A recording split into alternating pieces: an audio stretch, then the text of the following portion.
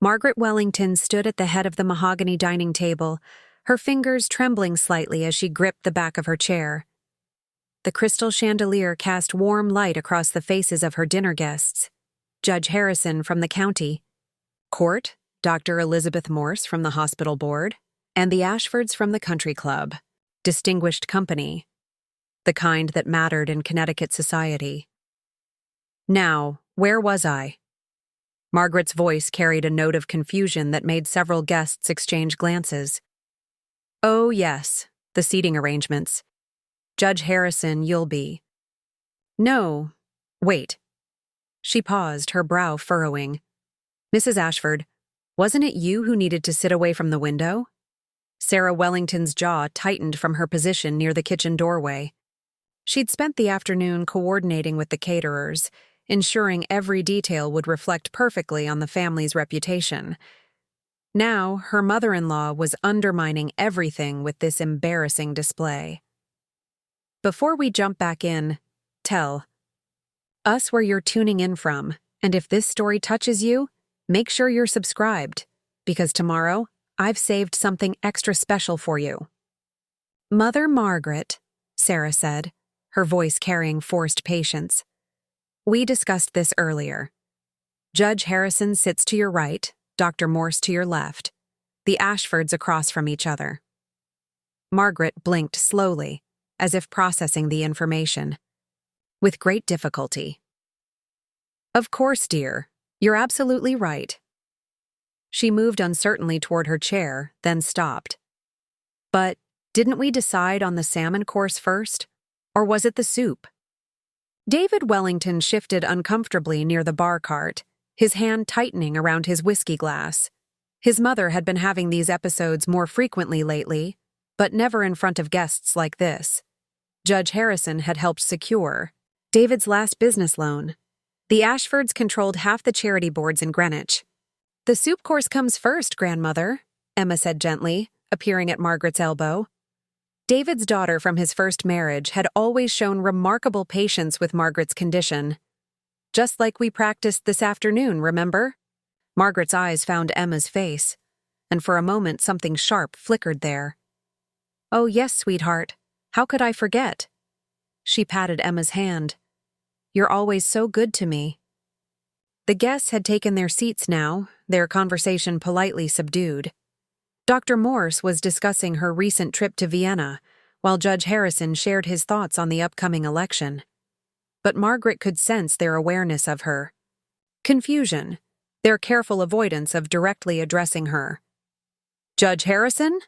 Margaret interrupted suddenly. Didn't you say your grandson was getting married? Or was that divorced? She turned to Dr. Morse. No, that was your daughter, wasn't it? The one with the drinking problem? A silence fell over the table like a dropped curtain. Dr. Morse's face flushed red. Her daughter's struggles with alcohol were well known but never discussed in polite company. Sarah's fork clattered against her plate. Mother Margaret, I think you're confused again. Am I? Margaret looked genuinely bewildered. I could have sworn. David, didn't someone mention something about Dr. Morse's family? David's mouth opened and closed like a fish. His mother was creating a social disaster, but she was still his mother. I think maybe we should— No!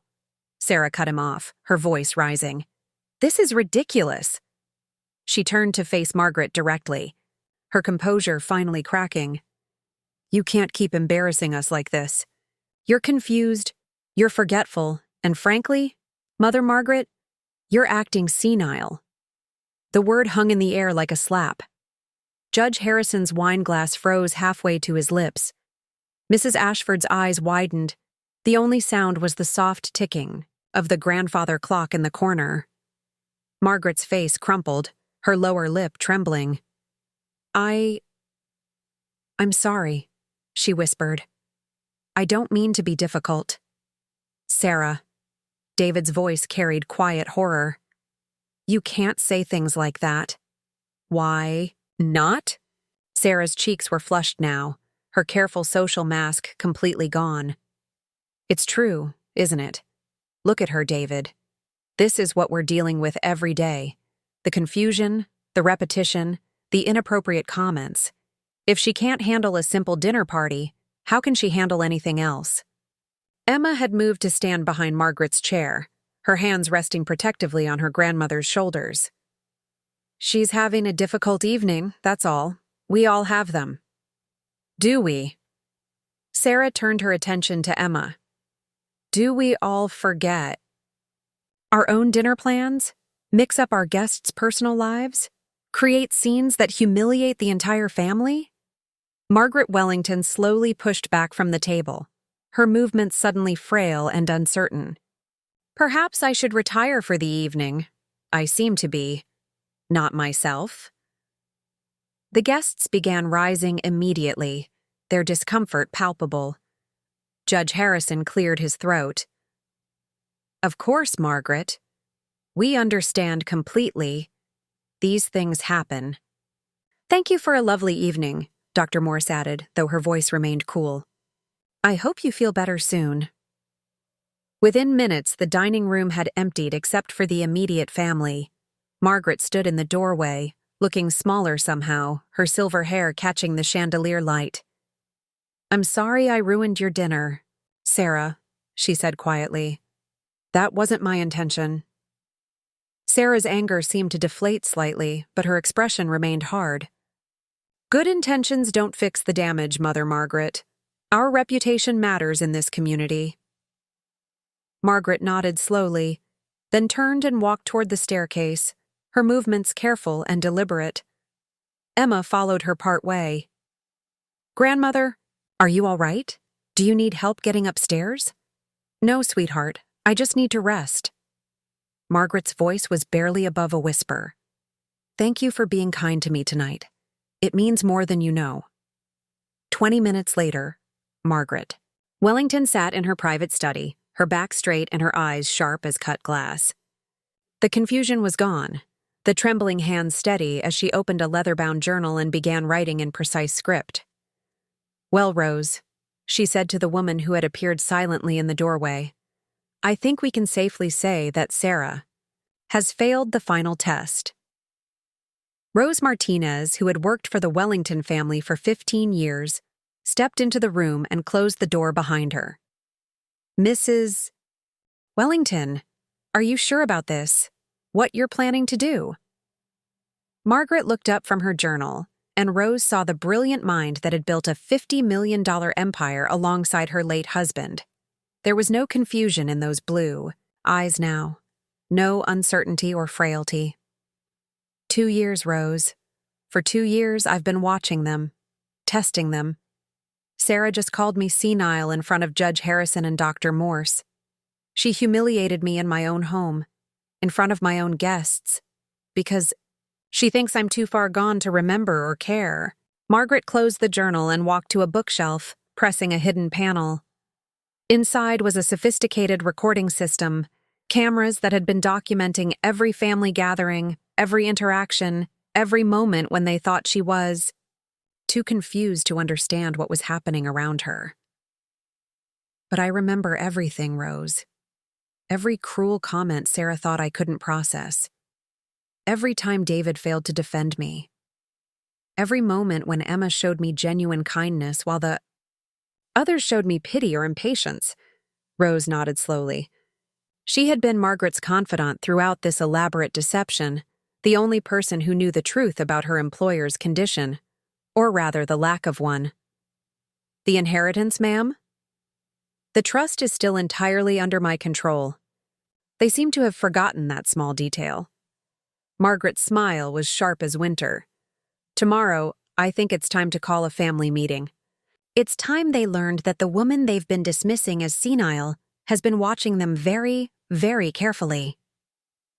Margaret returned to her journal, making notes in the margins beside carefully dated entries. Sarah's outburst tonight would be the final entry in a comprehensive record of her family's true. Margaret's fingers moved across the leather journal with practiced precision, completing her entry about the evening's events. Rose settled into the chair across from the mahogany desk, her weathered hands folded in her lap. In the 15 years she'd worked for the Wellington family, she'd never seen Margaret like this, calculating, sharp-eyed, completely in control. "Show me," Rose said quietly. "Show me everything." Margaret closed the journal and moved to the wall-mounted safe behind her late husband's portrait. Her fingers danced across the digital keypad with the confidence of someone who'd accessed it countless times. The heavy door swung open, revealing not jewelry or cash, but meticulously organized files, recording equipment, and storage devices. 2 years and 3 months, Margaret said, pulling out a stack of notebooks. "That's how long I've been documenting their true behavior.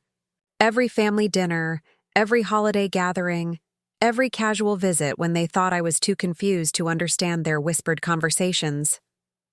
She spread the first notebook across the desk. Rose leaned forward, her eyes widening as she took in the detailed entries.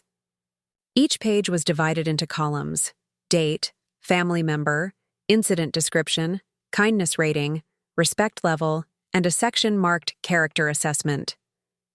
"Mrs. Wellington," Rose breathed, "this is comprehensive." It had to be. Margaret opened to a page dated 18 months earlier.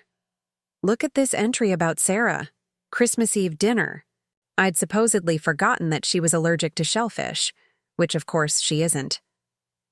She made a scene about the lobster bisque, claiming I was trying to poison her. Said it in front of Emma's boyfriend at the time, humiliating both Emma and me." Rose read the entry aloud. "Sarah Wellington exhibited deliberate cruelty masked as victimization. Used fabricated allergy claim to paint MW as incompetent and dangerous. Kindness rating, 110. Respect level, 010. Character assessment, narcissistic manipulation tactics. Evidence of viewing MW as burden rather than family member." But here, Margaret flipped several pages forward, is Emma's response to the same incident. Rose's expression softened as she read. "Emma Wellington immediately offered to drive MW to emergency room, despite knowing shellfish allergy claim was false. Quietly prepared alternate soup in kitchen. Comforted MW. Privately afterward, expressing concern for her feelings rather than embarrassment. Kindness rating, 10-10. Respect level, 10-10. Character assessment, genuine compassion and protective instinct toward elderly family member." Margaret walked to another section of the safe, withdrawing a sophisticated digital recording device. The audio documentation began 6 months into my performance. Small devices, nearly invisible, placed throughout the common areas of the house. She connected the device to a computer hidden in her desk drawer. The screen displayed dozens of audio files, each labeled with dates and family member names. "Choose one," Margaret said, gesturing to the screen. Rose's finger hovered over a file labeled David Sarah, Kitchen, July 15, Private Conversation. Margaret clicked it, and their voices filled the room with startling clarity. Sarah's voice sharp with frustration. "I don't know how much longer I can pretend to care about her repetitive stories and constant confusion. It's exhausting, David." David's response was weaker, apologetic. "She's my mother, Sarah. She can't help her condition." "Can't she?" "Sometimes I think she's doing it for attention. And even if she isn't, we need to start making decisions about her care. Professional care. She can't keep living here indefinitely." "The trust." "Exactly. The trust. 50 million au cost. Dollars sitting there while we tiptoe around her feelings. We need to start having conversations about guardianship, about what's best for everyone involved." Margaret stopped the recording. Rose's face had grown pale. "They don't know about the trust details," Margaret explained. "They assume that if I'm declared incompetent, David would automatically gain control. They're wrong, of course. I structured it specifically to prevent that scenario. The trust remains entirely under my control until I explicitly transfer it or die." Rose shook her head slowly. "All this time, they've been planning. planning to have me declared mentally incompetent and committed to a care facility. Margaret's voice carried no emotion, but her eyes glittered with cold anger. I have recordings of Sarah researching memory care facilities, David meeting with lawyers about guardianship procedures, James dismissing my business advice to his friends, telling them I'm not all there anymore. Margaret pulled out a folder, thick with photographs. Visual documentation was trickier, but Rose, you helped me more than you knew. Every time you accidentally took photos during family gatherings, every time you captured their expressions when they thought I wasn't looking. The photos told their own story. Sarah rolling her eyes as Margaret spoke, David looking embarrassed when his mother struggled with confusion, James checking his phone while Margaret asked about his business. And in contrast, Emma's patient expression, her genuine smiles, her protective posture when others showed frustration. I developed a scoring system, Margaret continued, opening a spreadsheet on her computer. 10 categories: kindness, respect, patience, genuine concern, protective behavior, dismissive attitudes, manipulation attempts, cruelty, greed indicators, and overall character consistency. The spreadsheet showed running totals for each family member over the 2-year period. Emma's scores were consistently high across all positive categories. James showed improvement in recent months but had poor historical scores. David's numbers were mediocre, reflecting his weakness rather than outright cruelty. Sarah's scores were catastrophically low. Emma averages 9. 2 out of 10 across all positive categories, Margaret noted. Even in her worst moments when she was dealing with her own problems, she never scored below a 7 in any category. She's genuinely kind, Rose. Not performing kindness for an audience, but genuinely caring about my well-being. Rose studied the numbers. And Sarah? Sarah averages 1, 8 out of 10 in positive categories. But look at her scores in the negative categories: manipulation, cruelty, greed indicators. She's off the charts. Tonight's performance was just the culmination of 2 years of documented disrespect. Margaret opened another folder, this one containing printed emails and text messages. I may be pretending to have dementia, but I'm quite capable of accessing their digital communications when they leave their devices unattended. Rose's eyebrows rose. Mrs. Wellington, you've been reading their private messages? They're messages about me, yes, and about the family finances. Margaret's tone was matter-of-fact. Sarah's been pressuring David to have me evaluated by multiple doctors, shopping for one who'll declare me incompetent. She's been researching the value of the estate, the house, the investment portfolio. She even contacted a real estate agent about the property's market value. She pulled up a printed email exchange between Sarah and a luxury realtor. Look at this, from last month. The estate should easily bring $12 million, possibly 15 if we stage it properly. The antiques alone are worth a fortune. Once the old woman is properly situated, we can move quickly on liquidation. Rose's hand went to her chest. She wrote that? Sarah sees me as an obstacle to her financial future, nothing more. Not as David's mother, not as a person with feelings and dignity, but as a problem to be solved through institutional care and legal maneuvering. Margaret moved to yet another section of her filing system, pulling out medical documents. I've been seeing Dr. Richardson privately, a different doctor from the one who's been giving the family updates about my supposed condition. Dr. Richardson has confirmed that I'm in perfect mental health. Sharp as I've ever been, he says. These documents will prove that my current behavior has been a deliberate performance. But why, Mrs. Wellington? Rose's voice was soft, almost pained. Why put yourself through this? Why not just change your will quietly? Margaret was quiet for a long moment, her fingers tracing the edge of her late husband's photograph on the desk. Because changing a will is easy to contest. Families fight over wills all the time, claiming undue influence or diminished capacity.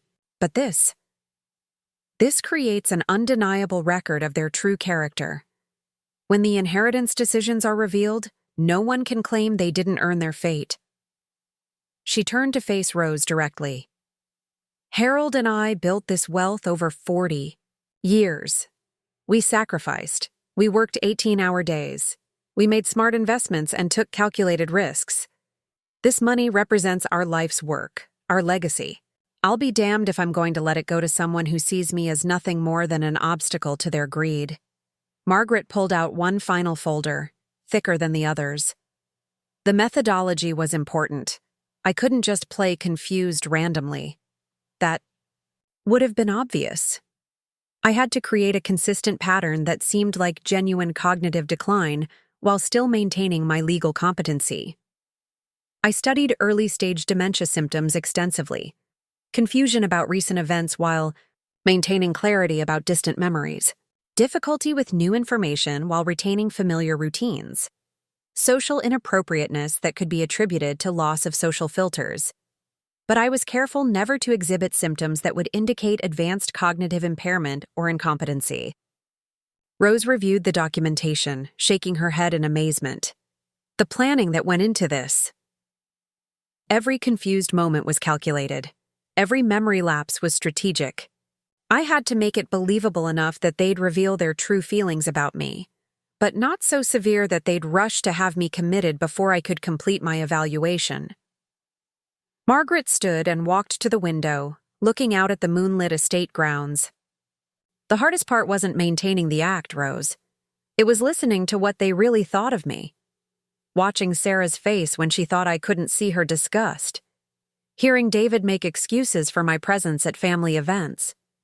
Seeing James treat me like a burden he had to endure. But Emma gave me hope. Margaret's voice warmed. Every interaction with her reminded me why I was doing this. She would spend hours listening to my confused stories with genuine interest. She'd help me with tasks I pretended to struggle with, never showing impatience or frustration. She protected me from the other's cruelty when she could. Margaret returned to her desk and pulled out a legal document. This is the current trust structure. Emma doesn't know it yet, but she's already been designated as the primary beneficiary. $40 million, plus this house and its contents, plus the investment portfolio. And the others? James will receive $5 million, if and only if he proves himself capable of genuine change over the next few months. His recent business failure seems to have humbled him somewhat. There might be hope for redemption there. Margaret's expression hardened. David will receive enough to maintain his current lifestyle, but not enough to fund Sarah's extravagant tastes.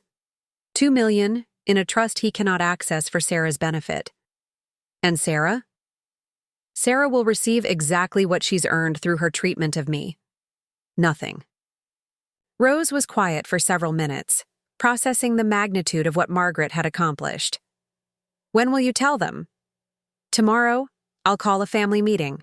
I'll say I want to discuss important family matters. Let them think it's about my care arrangements, or perhaps updating my will. They'll all come, of course. Sarah will probably see it as an opportunity to push for the competency evaluation she's been planning. Margaret began organizing the documentation back into its careful system. But I won't reveal everything at once. That would be too chaotic, too overwhelming. I'll approach each of them individually over the next week. Start with Emma. She deserves to know first that her kindness has been noticed and valued. Then James. His confrontation will be interesting. Will he double down on his selfish behavior, or will he show the capacity for growth and remorse? Margaret's voice grew colder. David will be the most difficult. He's my son, Rose. Despite everything, despite his weakness and his failure to protect me from Sarah's cruelty, he's still my child. Confronting him with his failures will break my heart, but it has to be done. And Sarah last? Sarah's revelation will be public, in front of the entire family. She needs to face the consequences of her cruelty with witnesses present, just as she humiliated me tonight with witnesses present. Rose stood, smoothing her skirt. Mrs. Wellington, what you've accomplished here. It's remarkable. But are you prepared for how they'll react? Sarah won't accept this quietly. Margaret's smile was sharp as winter steel. Sarah can rage all she wants. She can threaten lawsuits, claim undue influence, insist I'm mentally incompetent. But she'll be facing 2 years of documented evidence of her true character, medical records proving my competency, and legal documents that were prepared when she still thought I was too confused to understand my own affairs. Though the family lawyer? Patricia Chen has been kept informed throughout this process. She'll arrive next week with all the legal documentation needed to formalize my decisions. Patricia has seen enough family inheritance disputes to appreciate the thoroughness of my approach. Margaret locked the safe and moved the portrait back into position. To any casual observer, the study looked exactly as it had when they entered, the office of an elderly woman with expensive tastes and sentimental attachments to her late husband's memory. Rose, I need you to understand something. What I'm about to do will change this family forever. Relationships will be severed, alliances will shift, and some people I've loved will never forgive me. Rose met her employer's gaze steadily. Mrs. Wellington, in 15 years of working for this family, I've watched you build something beautiful here, and I've watched some of them take it for granted, treat it, and you, with disrespect. You're not destroying anything that wasn't already broken. Margaret felt a weight lift from her shoulders. Rose's support meant more than she could express.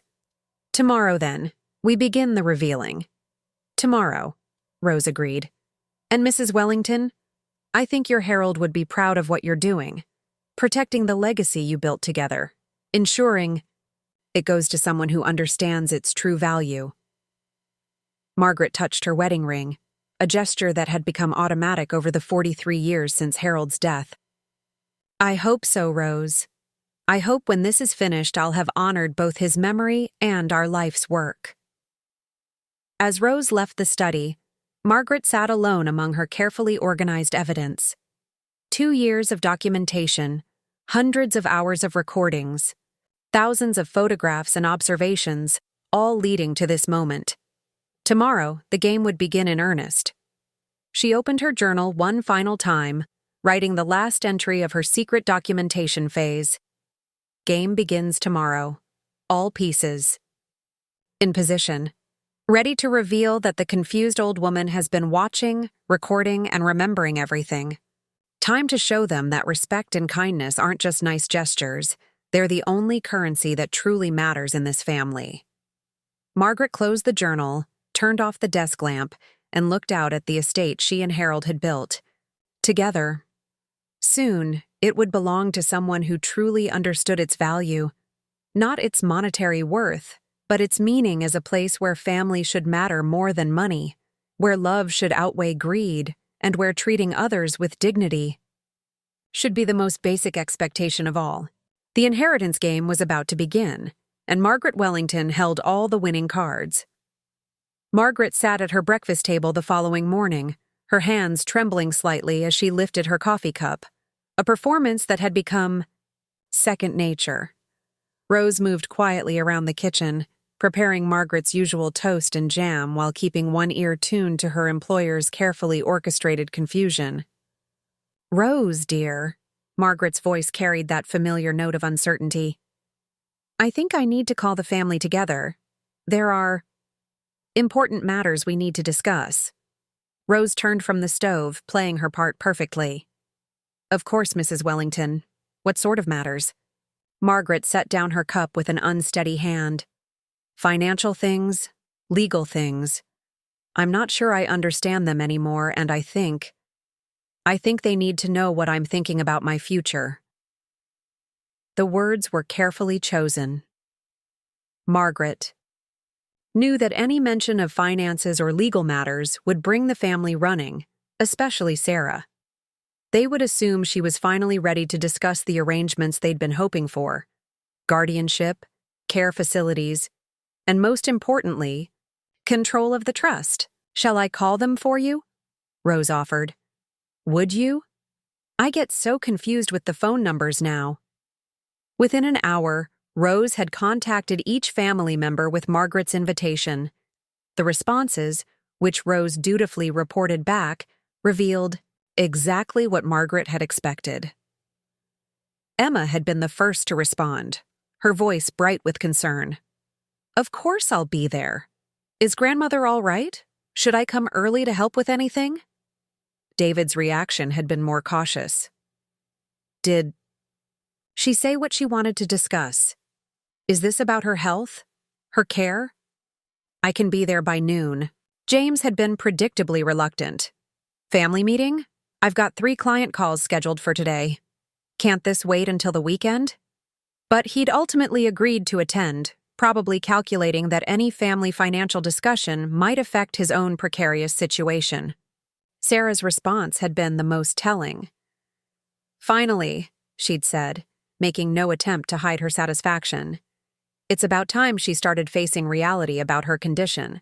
I'll need to reschedule 2 property showings, but this is more important. We've been waiting for her to have this conversation. By 10 o'clock, Margaret had positioned herself in the morning room, surrounded by scattered papers and looking appropriately overwhelmed. She'd deliberately disorganized several financial documents, creating the appearance of someone struggling to understand her own affairs. Emma arrived first, as Margaret had known she would. She found her grandmother staring at a stack of investment statements with apparent bewilderment. Grandmother? Emma's voice was gentle as she entered the room. Rose said you wanted to discuss some important matters with the family. Margaret looked up, her expression brightening with what appeared to be relief. Emma, sweetheart. Yes, These papers, I don't understand what they mean anymore. The numbers are so confusing. Emma sat beside her, examining the documents with patient attention. Margaret watched her granddaughter's face carefully, noting the genuine concern in her expression, the way she explained the statements without condescension, her instinctive protectiveness. These look like your quarterly investment reports, grandmother.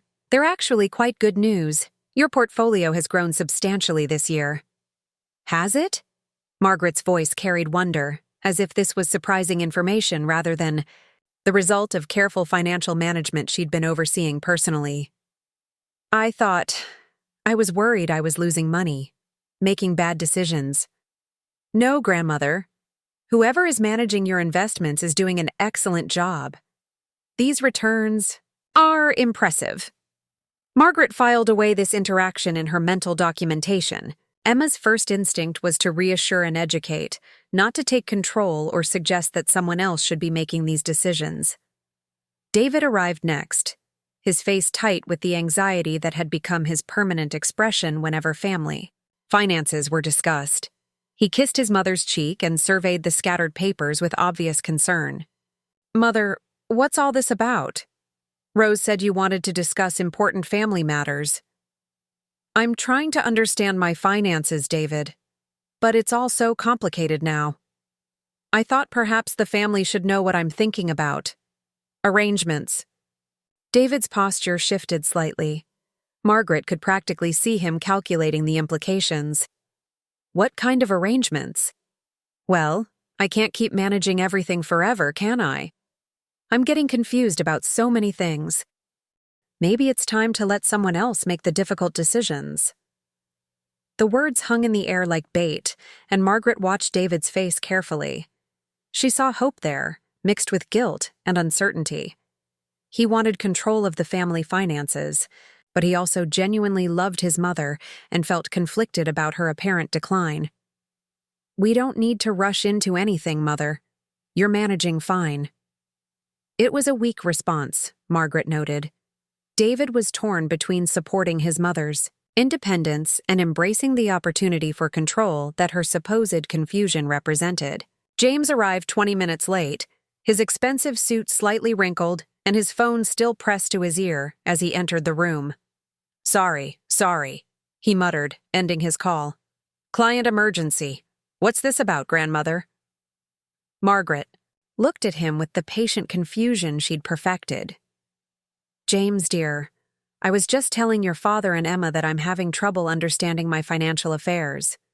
I thought the family should discuss what to do about it. James's eyes sharpened with interest. Financial affairs? What kind of trouble?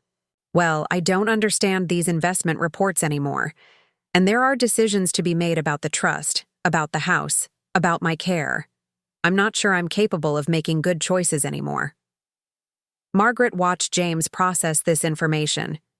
She could see him calculating, probably thinking about his recent business failure, and wondering if this family meeting might provide solutions to his own financial problems. Maybe you should have a financial advisor review everything, Jamesy suggested. Or we could help you understand the documents. Would you? That's so kind. Margaret's voice carried gratitude, but she was noting that James's first suggestion involved bringing in outside help rather than offering to spend time personally explaining things to her. Sarah arrived last, her heels clicking authoritatively across the marble floor. She surveyed the scene with barely concealed satisfaction. Margaret surrounded by confusing documents, the family gathered to discuss her obvious inability to manage her own affairs. Mother Margaret, Sarah's voice carried false warmth. Rose mentioned you wanted to discuss some important matters with us. Yes, dear. I've been trying to understand my finances, but everything seems so complicated now. I thought perhaps it was time to make some changes. Arrangements for my care, decisions about the trust, that sort of thing. Sarah's eyes lit up. This was exactly what she'd been waiting for. That's very wise of you. It takes courage to admit when we need help managing complex affairs. Margaret noted the condescending tone, the assumption that she was admitting incompetence rather than simply seeking family input. I've been thinking, Margaret continued, her voice carrying the hesitant quality she'd perfected, that perhaps someone else should be making these decisions. Someone younger, more capable. The room fell silent. David shifted uncomfortably. Emma looked concerned. James leaned forward with interest. Sarah's smile became predatory. What exactly are you thinking about, Mother Margaret? Sarah asked, carefully. Well, guardianship, perhaps. Or putting the trust under someone else's control. I just don't want to make mistakes that could hurt the family's future. Margaret watched their faces carefully. Sarah was practically vibrating with excitement. James looked hopeful. David appeared torn between guilt and opportunity.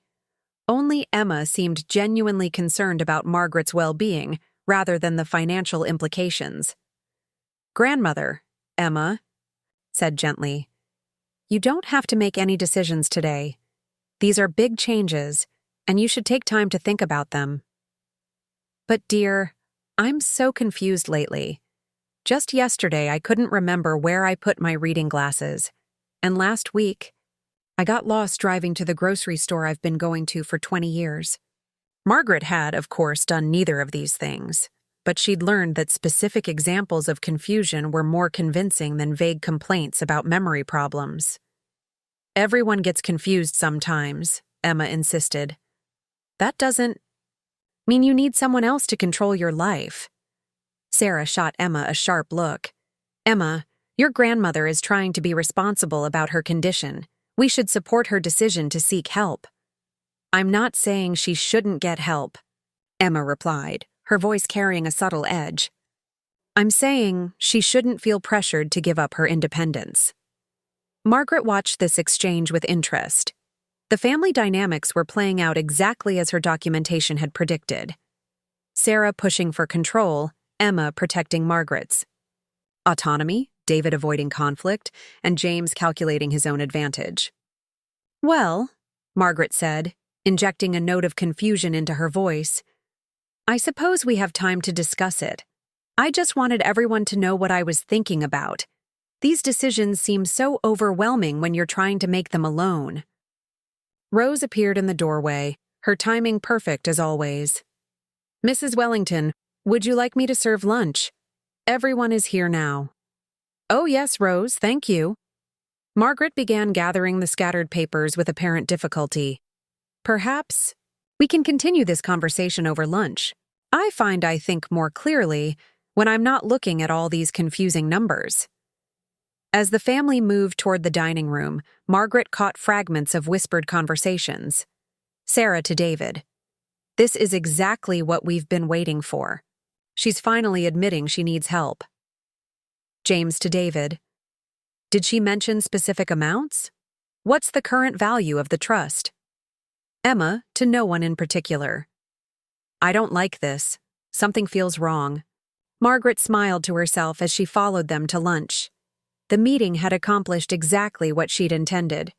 Everyone was now present at the estate, their expectations and motivations clearly revealed, their positions on her supposed incompetence firmly established.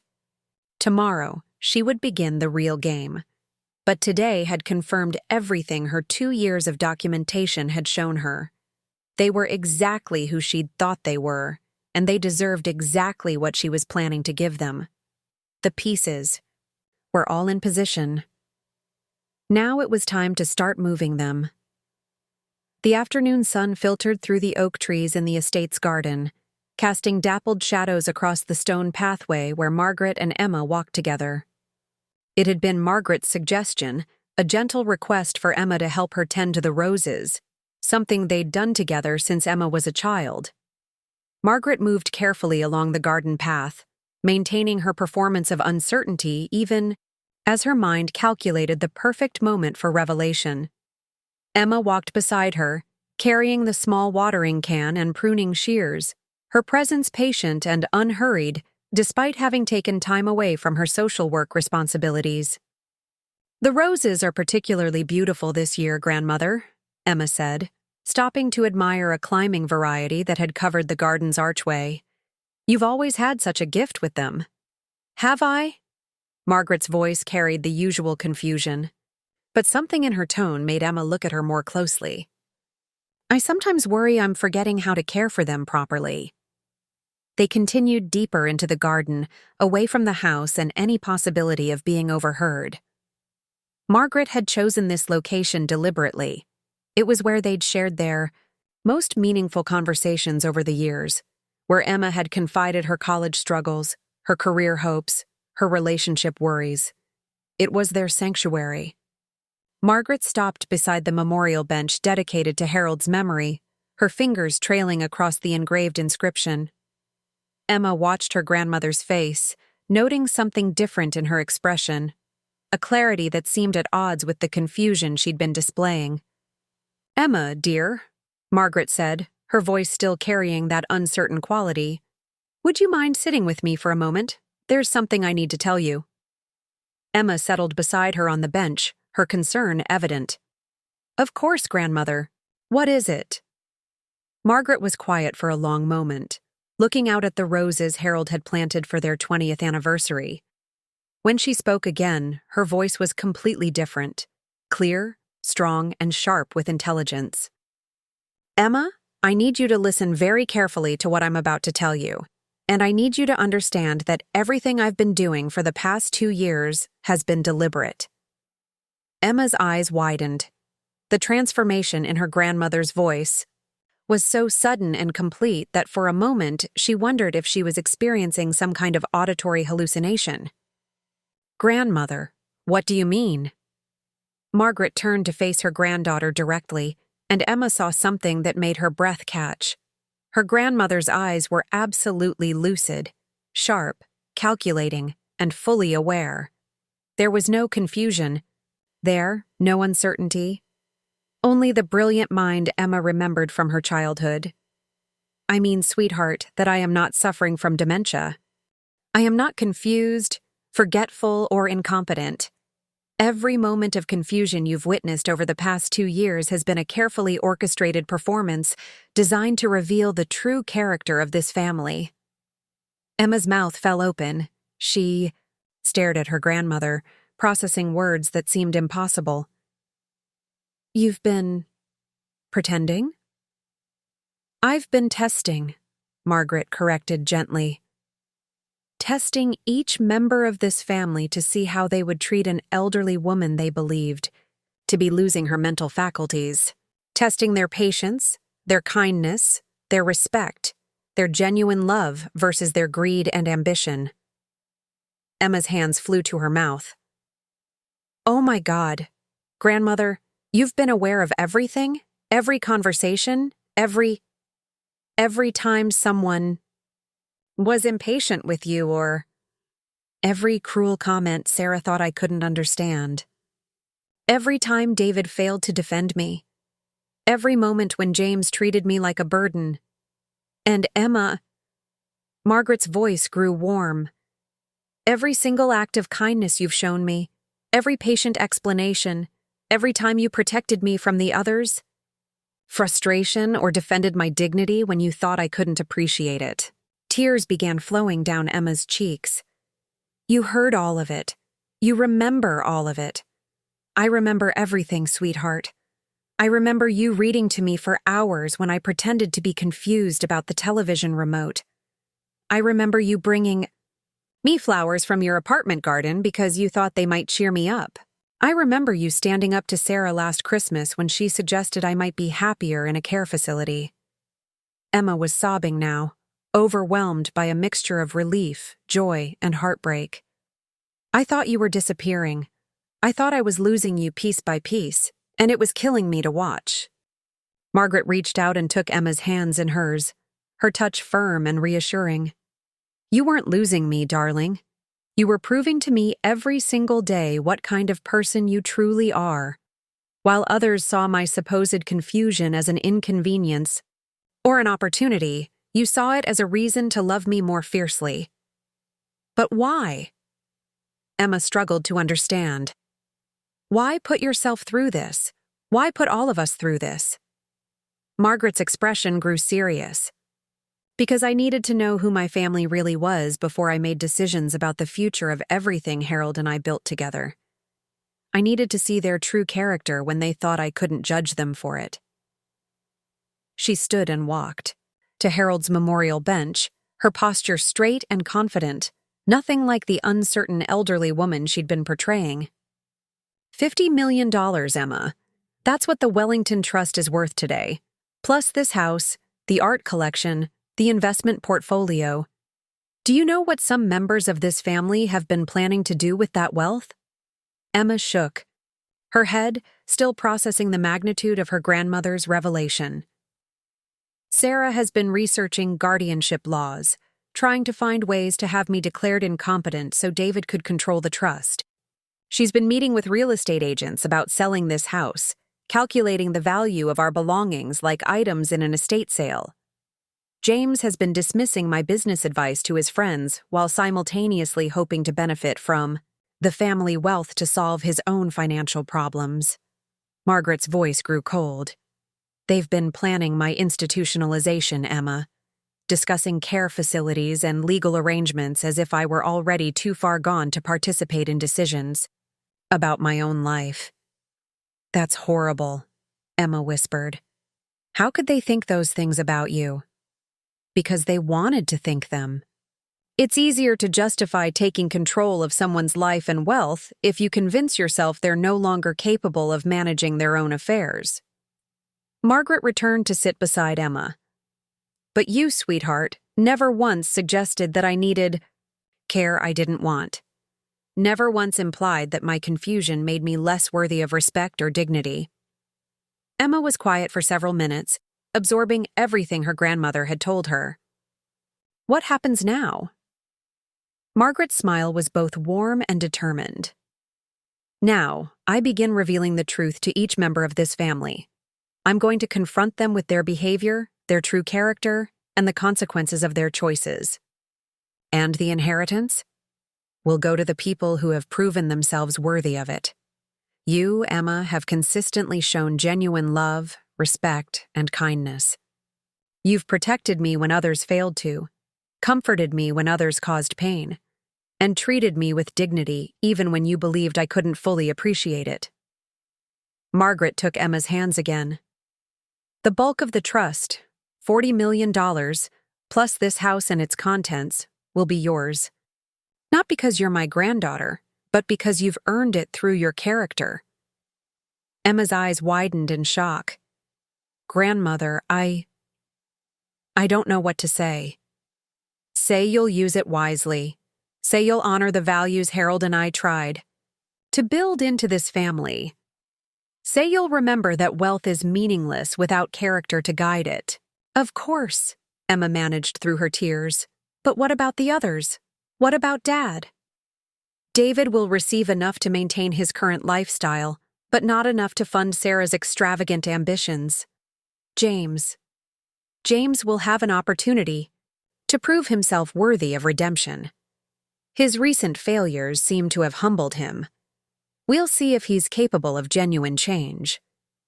Margaret's expression hardened. "And Sarah will receive exactly what she's earned through her treatment of me." "Which is? Nothing."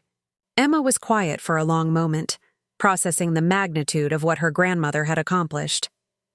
"This has been incredibly difficult for you, hasn't it? Pretending to be confused, listening to how they really felt about you." "The hardest part wasn't the pretending, Emma. It was discovering that people I loved and trusted could be so cruel when they thought I wouldn't remember their cruelty." Margaret's voice grew soft. "But you gave me hope. Every interaction with you reminded me that genuine love and respect still existed in this family. What do you need me to do?" "Keep this conversation between us for now. I'll be revealing the truth to the others over the next few days, and I need them to continue believing I'm confused until I'm ready for each confrontation." Margaret studied Emma's face. "Can you do that? Can you continue acting as if you believe I'm suffering from dementia?" Emma nodded, though Margaret could see the difficulty of the request in her expression. "It's going to be hard, knowing what I know now, watching them treat you the way they do." "It will be. But remember, you'll be watching them reveal their true character one final time. Soon, they'll face the consequences of every cruel word, every dismissive gesture, every moment when they chose greed over love." Margaret stood, extending her hand to Emma. "Come, darling. We should head back before they wonder what's taking us so long." As they walked back toward the house, Emma marveled at the transformation in her grandmother's bearing. Gone was the uncertain shuffling, the confused hesitation. Margaret moved with confidence and purpose, her mind clearly sharp and fully engaged. "Grandmother," Emma said as they approached the garden gate, "I'm proud of you. What you've done takes incredible strength and intelligence." Margaret squeezed her granddaughter's hand. "And I'm proud of you, Emma. You've proven yourself to be exactly the kind of person Harold and I hoped our family would produce. The inheritance is yours not as a gift, but as recognition of who you truly are." As they reached the house, Margaret's posture shifted subtly back into the performance she'd maintained for 2 years. The sharp awareness dimmed from her eyes, replaced by the gentle confusion that had fooled everyone except Emma. "Now remember, sweetheart," Margaret whispered, "this conversation never happened. Not yet." Emma nodded, understanding that she was now part of something larger, a reckoning that would reshape their family forever. And for the first time in 2 years, she felt hope instead of grief for her grandmother's future.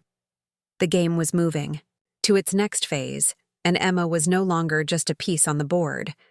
She was Margaret's ally in ensuring that justice, finally, would be served. The following morning, Margaret sat in Harold's old study, surrounded by the mahogany bookshelves and family photographs that had witnessed decades of important Wellington family decisions.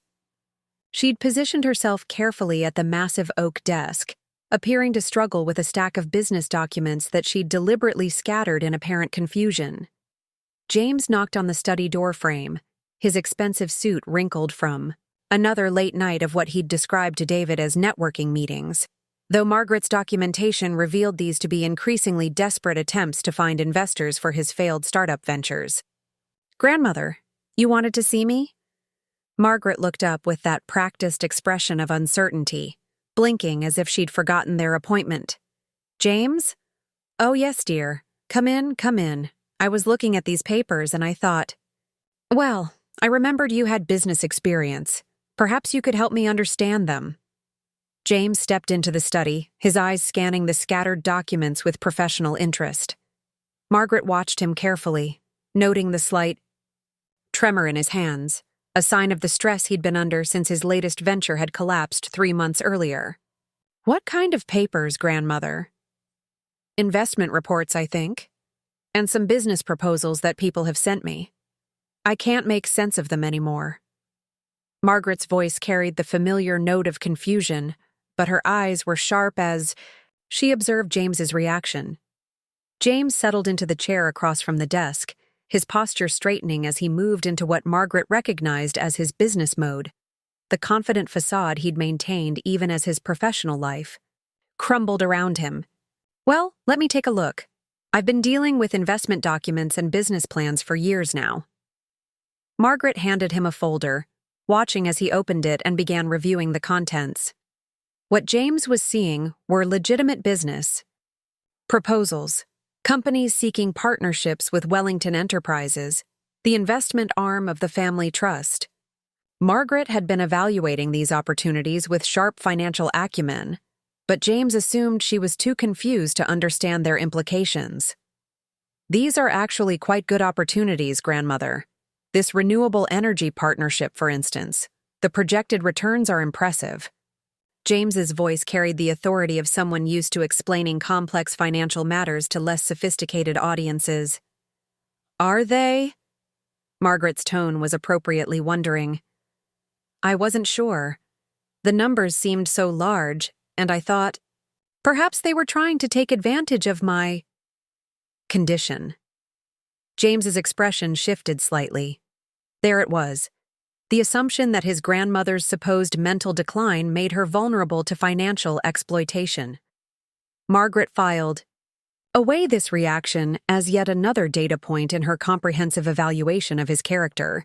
No, these look legitimate. Although... James paused, studying one document more carefully. You'd want to be careful about the due diligence process. Make sure your financial advisors are thoroughly vetting these companies before you commit any significant capital. Margaret leaned forward, feigning intense concentration. Financial advisors? I thought. Didn't you once tell me that you could help with these sorts of decisions? Last Christmas, when you were explaining your own business plans. James's face flushed slightly. Margaret was referencing a conversation from 8 months earlier, when James had been drunk on champagne and confidence, boasting about his startup's potential and subtly suggesting that the family trust might want to invest in his guaranteed success. Well, yes. I did mention that I could provide advice if you needed it. But, grandmother, you've always been sharp about financial matters. I'm sure your current advisors are... James? Margaret interrupted, her voice still confused, but carrying a note that made him look at her more carefully. Do you remember what you said about my business judgment that night? About my ability to recognize good investments? James's confidence faltered. He did remember that conversation, though he'd assumed his grandmother had been too confused to process his words clearly. He'd told David that their grandmother was losing her touch, and that her outdated investment strategies were holding back the family's wealth potential. I'm not sure I remember exactly what we discussed. Grandmother? Margaret's expression grew more focused, though she maintained the trembling uncertainty in her voice. You said I was old-fashioned, that I didn't understand modern markets, that someone younger, someone with contemporary business training, should be making investment decisions for the family. The color drained from James's face. Those were indeed his words, spoken to David in what he'd thought was a private conversation in the library while Margaret dozed in her chair nearby. He'd had no idea she was listening, processing, and remembering every dismissive comment. Grandmother, if I said something like that, I didn't mean... Oh, but James... Margaret's voice remained confused, but something in her tone made him stop mid-sentence. You did mean it. Just like you meant it when you told your friend Marcus that your grandmother was not all there anymore, and that her financial advice was outdated rambling from someone who doesn't understand the modern economy. James stared at her, his mouth opening and closing soundlessly. That conversation with Marcus had taken place in this very study 3 weeks ago, when James had assumed Margaret was too confused to follow their discussion about cryptocurrency investments. How do you... I thought you were confused? Margaret's voice was still soft, but the sharp intelligence in her eyes was becoming unmistakable. Unable to understand complex conversations? Too far gone to remember what people say about me when they think I'm not listening? James's hands began to shake more noticeably. "Grandmother, what are you saying?" Margaret stood and walked to the bookshelf, her movements suddenly confident and purposeful. The uncertain shuffling was gone, replaced by the decisive bearing of someone fully in control of her faculties.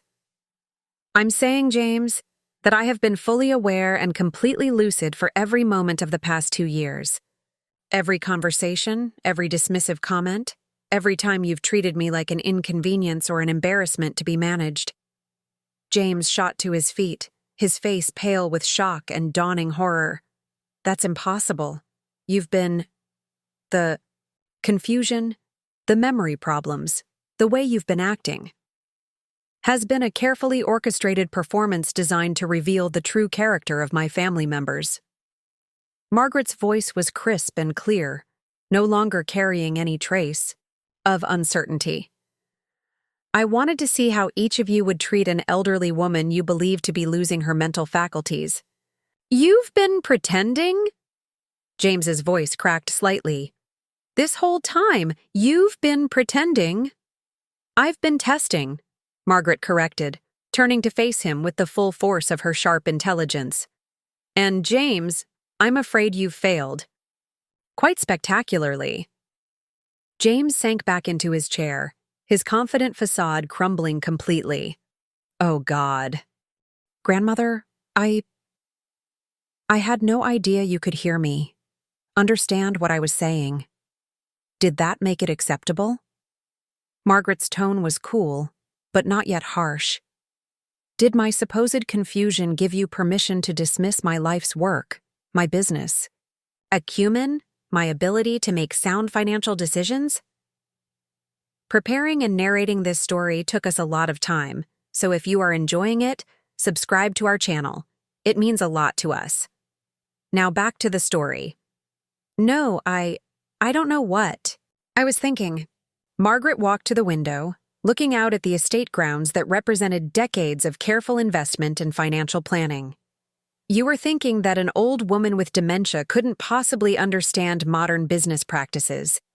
You were thinking that your recent MBA and startup experience made you more qualified to manage the family's wealth than someone who helped build it over 40 years. She turned back to James, her expression serious but not entirely without mercy. "Tell me about Technova Solutions, James." James's face went white. Technova had been his latest startup venture, a software company that had burned through $2 million in investor funding before collapsing completely. Very few people knew the details of that failure. "How do you know about Technova?" "I know about all of your business ventures, James. The app development company that folded after 6 months, the cryptocurrency trading platform that lost your investors' money, the consulting firm that never gained a single client." Margaret's voice was matter-of-fact, but James could hear the disappointment underneath. "I know because I've been watching you, just as I've been watching the rest of the family. While you were dismissing my business judgment, I was documenting your failures and trying to understand what they revealed about your character." James buried his face in his hands. "Grandmother, I can explain." Can you explain why you've never once asked for my advice despite my 40 years of successful investments? Can you explain why you've been telling people I'm mentally incompetent while you've been making disastrous financial decisions with other people's money?" Margaret sat back down at the desk, but her posture remained straight and authoritative. "I want to understand something, James.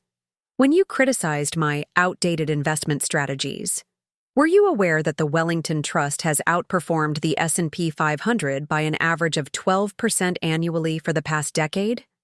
James looked up, his eyes red with shame and stress. No, I didn't know the specific numbers." "Did you bother to research the family's financial performance before declaring my methods obsolete? Did you examine our portfolio, analyze our returns, study our investment philosophy?" "No," James whispered. "You simply assumed that because I'm 78 years old and appeared to be suffering from dementia, my financial expertise was worthless." Margaret pulled out a file folder and placed it on the desk between them.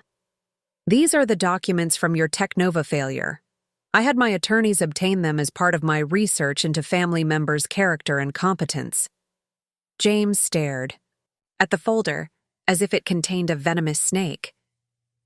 "You investigated my business?" "I investigated everything about everyone in this family. I needed to understand who you really are before making decisions about the future of the family's wealth." Margaret opened the folder, revealing financial statements, investor reports, and legal documents. Technova Solutions, $2 million in startup funding, burned through in 8 months. No viable product ever brought to market. Investors lost everything. Margaret looked up at James. "Would you like to explain to me how this represents superior business judgment to my outdated investment strategies?" James was crying now, tears of shame and humiliation streaming down his face. "I thought I knew what I was doing. The market research looked solid. The technology seemed revolutionary." "James," Margaret's voice softened slightly, "I'm not confronting you about Technova to humiliate you further. Business failures happen to even the most experienced entrepreneurs.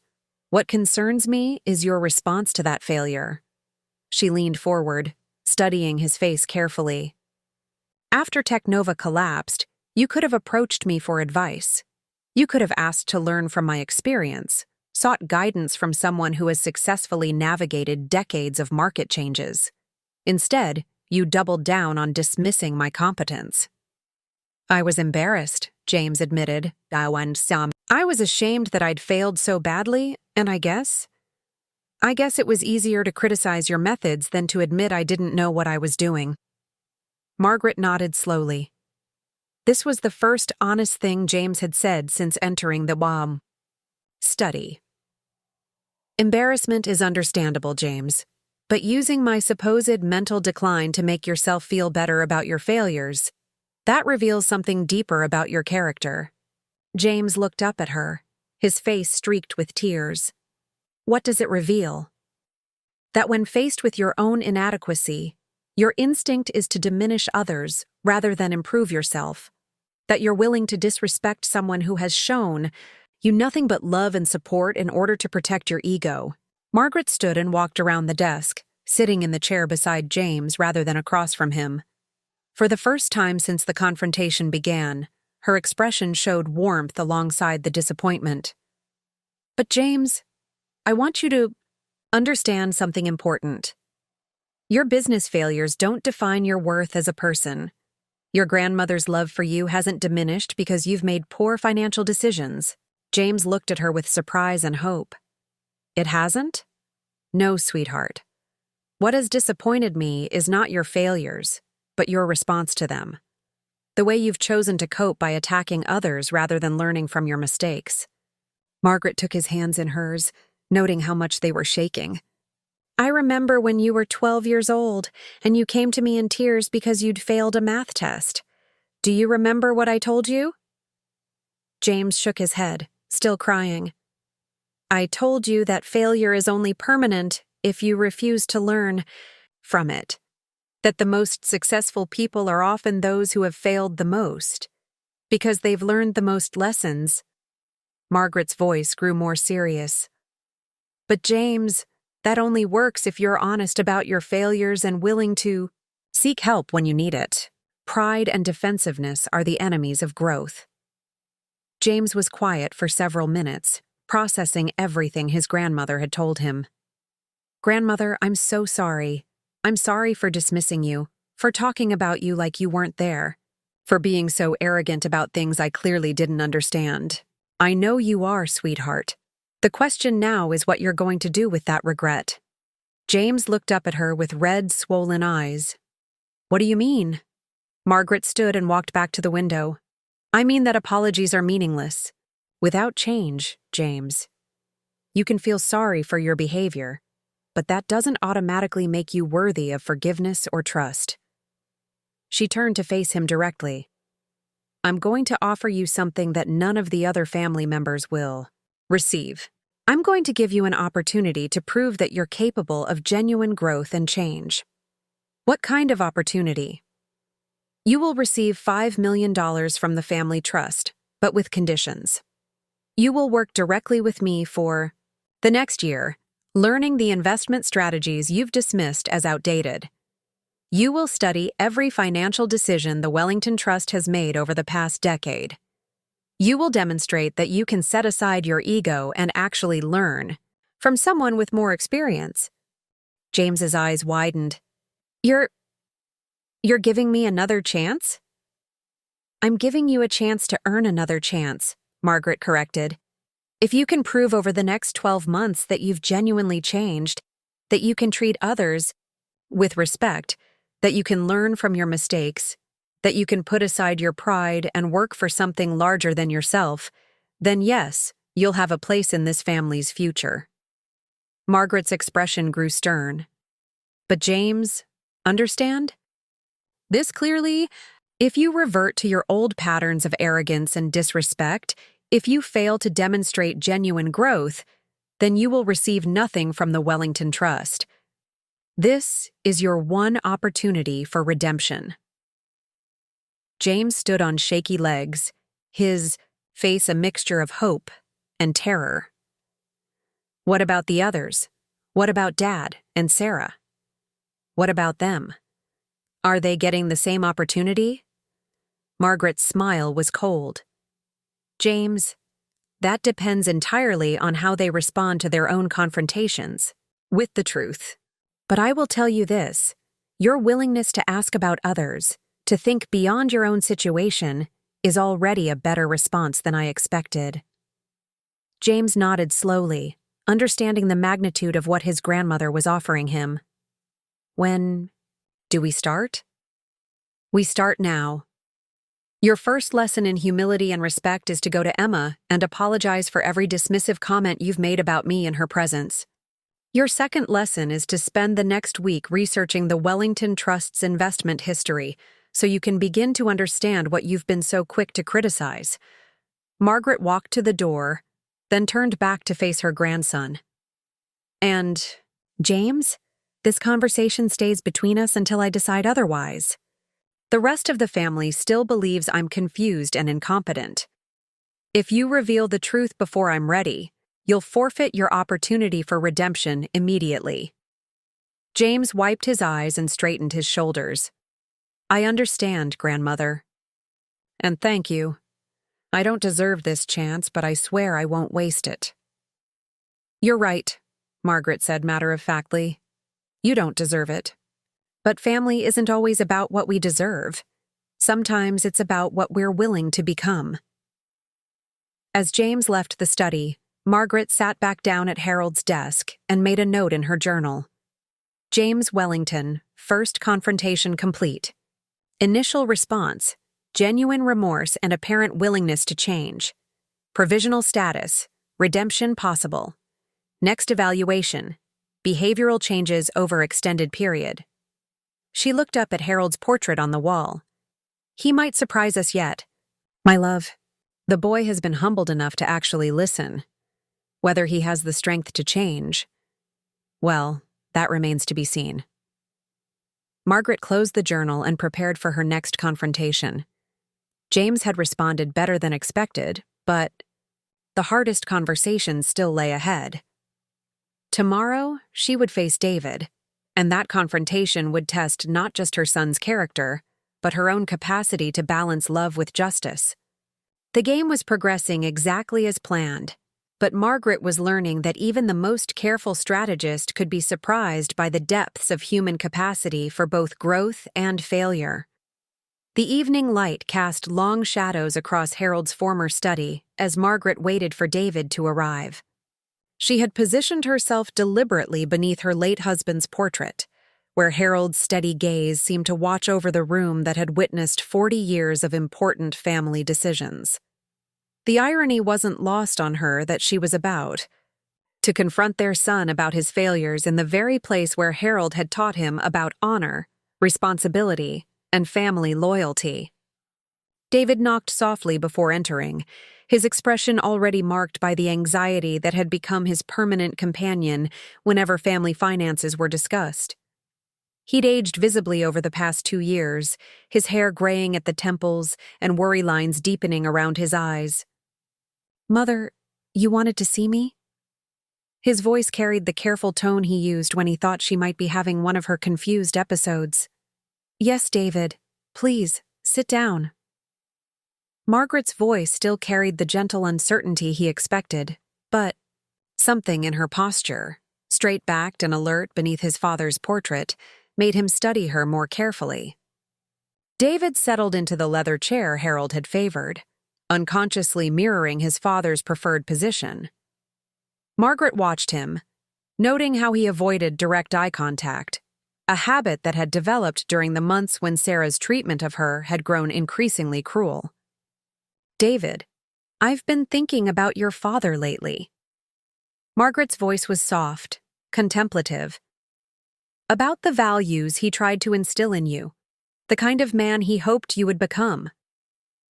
David shifted uncomfortably. Conversations about his father always made him feel inadequate, as if he could never measure up to Harold's strength and moral clarity. "He was a good man, Mother. I know I haven't always lived up to his example. Haven't you?" Margaret's tone sharpened almost imperceptibly. Tell me, David, what do you think your father would say about the way you've allowed your wife to treat me?" The question hung in the air like a physical blow. David's face went pale, and his hands gripped the chair arms tightly. "Mother, Sarah doesn't mean to be disrespectful. She's under a lot of stress, and when you have your confused episodes, it can be difficult for all of us to—" "Stop!" Margaret's voice cut through his excuses with startling authority. David looked up in surprise to find his mother staring at him with eyes that were suddenly, unmistakably lucid. "David Wellington, look at me carefully and tell me, do I seem confused to you right now?" David stared at his mother, his mouth opening and closing as he processed the complete absence of uncertainty in her voice, the sharp intelligence in her gaze, the confident posture that bore no resemblance to the frail woman he'd been watching deteriorate for 2 years. "Mother, what? How are you?" "I am exactly the same woman I've always been, David. Sharp, aware, and completely capable of understanding every word that has been spoken in my presence for the past 2 years." Margaret stood and walked to Harold's desk, her movements confident and purposeful. "Every conversation you've had with Sarah about my supposed incompetence, every discussion about guardianship and care facilities, every moment when you stood silently by while your wife dismissed my dignity and planned my institutionalization." David's face crumpled with horror and dawning understanding. "You've been aware this whole time?" "I've been testing this family, David, testing each member's character when they believed I couldn't judge them for their actions." Margaret opened a drawer and withdrew a thick file folder. "I have documented evidence of every failure, every cruel moment, every time you chose your comfort over my dignity." She opened the folder, revealing photographs, audio transcripts, and detailed notes. Christmas Eve, 18 months ago. Sarah made that scene about the lobster bisque, claiming, "I was trying to poison her with shellfish she's not even allergic to." "Do you remember what you did when she humiliated me in front of Emma's boyfriend?" David's hands were shaking now. I tried to calm things down. You apologized to Sarah for my supposed confusion. You promised her it wouldn't happen again. You assured her that you would talk to me about being more careful. Margaret's voice grew colder. At no point did you defend me or challenge her obvious lie. She flipped to another page. Easter dinner last year. Sarah suggested, I might be happier in a memory care facility because family gatherings were becoming too stimulating for me. What did you say, David? David was crying now, tears streaming down his face as he remembered that conversation. I said we should consider all options for your care. You said, Margaret read from her notes, Mother's condition is getting worse, and we need to think about what's best for everyone involved. Not what was best for me, David. What was best for everyone else. Margaret walked to stand directly in front of her son, her voice carrying 48 years of maternal disappointment. Do you know what your father would have done if anyone had spoken about his mother the way Sarah speaks about me? David couldn't meet her eyes. He would have defended her. He would have thrown them out of this house and banned them from returning until they could show proper respect. Margaret's voice broke slightly. Your father once ended a 20-year friendship because the man made a dismissive comment about my intelligence. Yet you've allowed your wife to systematically undermine my dignity for 2 years. Mother, I love you, but Sarah is my wife. Marriage requires compromise and marriage requires choosing a partner worthy of your loyalty. Margaret's voice rang with authority. Your father married me because I shared his values, because I would have died before disrespecting his family. You married a woman who sees your mother as an obstacle to her financial ambitions. Margaret returned to the desk and pulled out another document. Do you know what Sarah has been doing while you've been making compromises? She's been researching the value of this estate, meeting with real estate agents, calculating how quickly she can liquidate 40 years of your parents' life's work once I'm safely tucked away in a facility. David looked up in shock. That's not… Sarah wouldn't. Margaret placed a printed email in front of him. Read it, David. Read what your wife really thinks about your family's legacy. David's hands trembled as he read Sarah's exchange with a luxury realtor about staging the estate for maximum sale value. His face went white as he processed the cold calculation in his wife's words about the old woman and liquidation opportunities. She's been planning this, he whispered. For months. While you've been defending her stress levels and her need for patience with my condition, she's been treating your inheritance like a business opportunity. Margaret sat back down, her expression heavy with sadness. David, you are my son.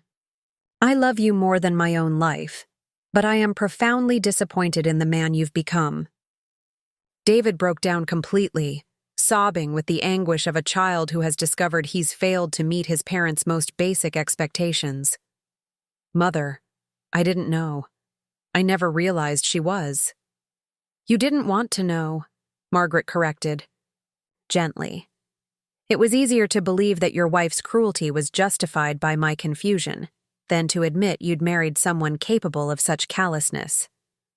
Margaret moved to sit beside her son, her voice growing softer but no less serious. David, your father and I raised you to be a man of integrity. We taught you to protect those who couldn't protect themselves, to stand up for what was right even when it was difficult. I know, and I've failed you both. You have, but failure doesn't have to be permanent. Margaret took his hands in hers, noting how much they were shaking. Your father believed that a man's character was revealed not in his moments of strength, but in how he responded to his moments of weakness. David looked up at her through his tears. What are you saying? I'm saying you have a choice to make, David. You can continue enabling Sarah's disrespect and cruelty, or you can finally become the man your father raised you to be. Margaret stood and walked back to Harold's portrait. The Wellington Trust is worth $50 million. I control every penny of it, and I will decide how it's distributed based on the character each family member has demonstrated. Emma will receive the bulk of the inheritance because she has consistently shown love, respect, and genuine care for my well-being. James will receive a smaller portion, but with an opportunity to prove himself worthy of more through genuine change and growth. Margaret turned to face David directly. You will receive $2 million, David.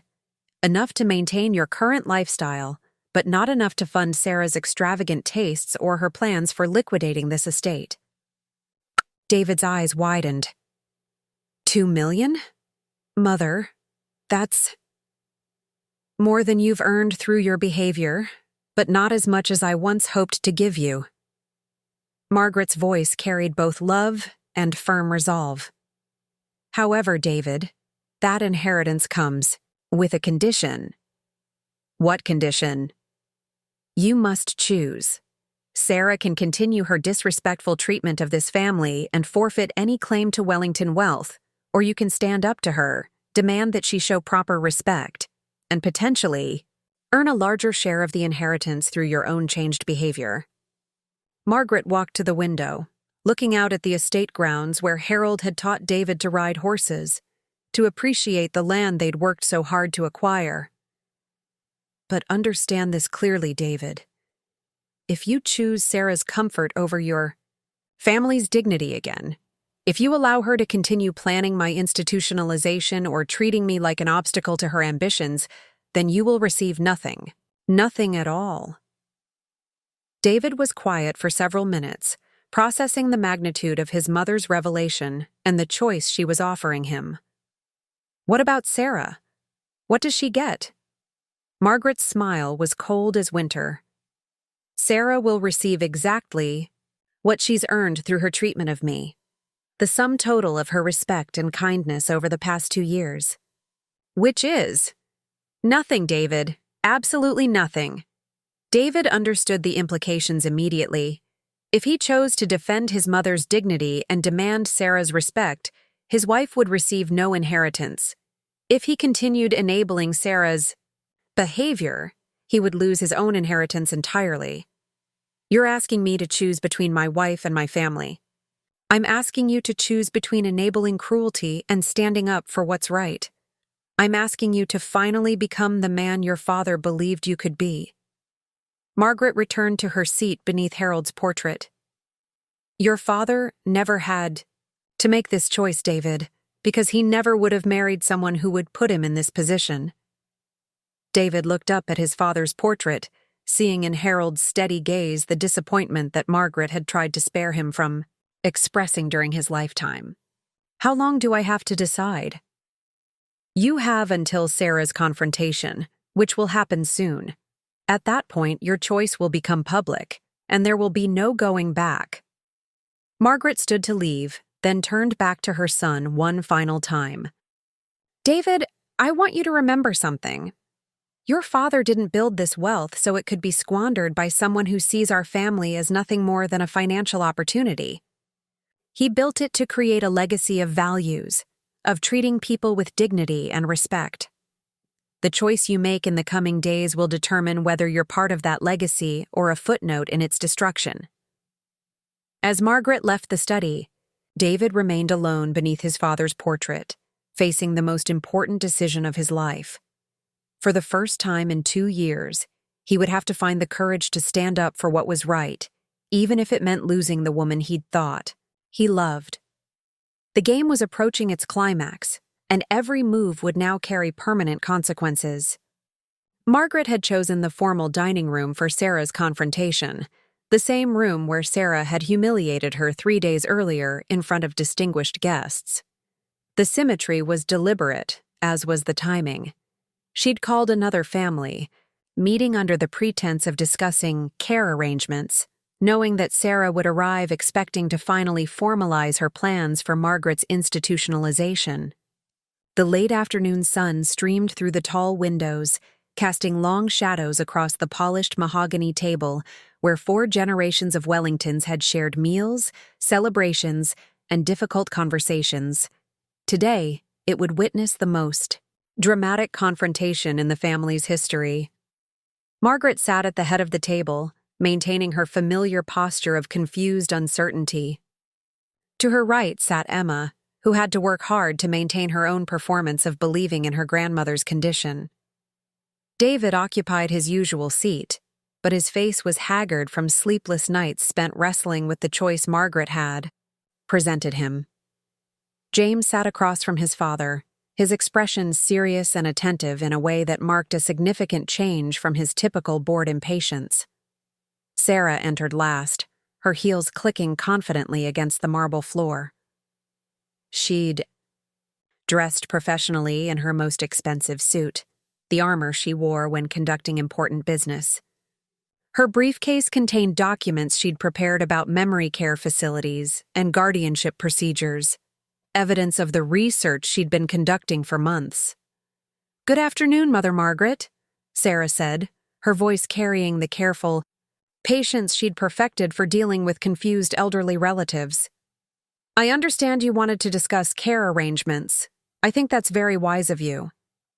Margaret looked up with apparent confusion, blinking slowly as if struggling to process Sarah's words. "Care arrangements? Oh yes, dear. I've been thinking about the future, about what happens when I can't take care of myself anymore." Sarah's smile brightened with satisfaction. "That's exactly what we need to talk about. I've done some research into excellent facilities that specialize in memory care, places where you'd be safe and well cared for by medical professionals." "Medical professionals," Margaret repeated, her voice carrying that familiar note of bewilderment. "Because I'm sick, you mean? Because I can't think clearly anymore?" "Well, yes," Sarah said gently, though the eagerness in her voice was becoming more apparent. "Your condition has been progressing, and it's becoming more difficult for the family to provide the level of care you need at home." Margaret nodded slowly, as if absorbing this information. "I see. And David agrees with this assessment? That I'm too sick to live in my own home?" David shifted uncomfortably, his face pale. After his confrontation with Margaret, he understood the trap that was being set, but he hadn't yet found the courage to spring it. "We all want what's best for you, Mother," David said carefully.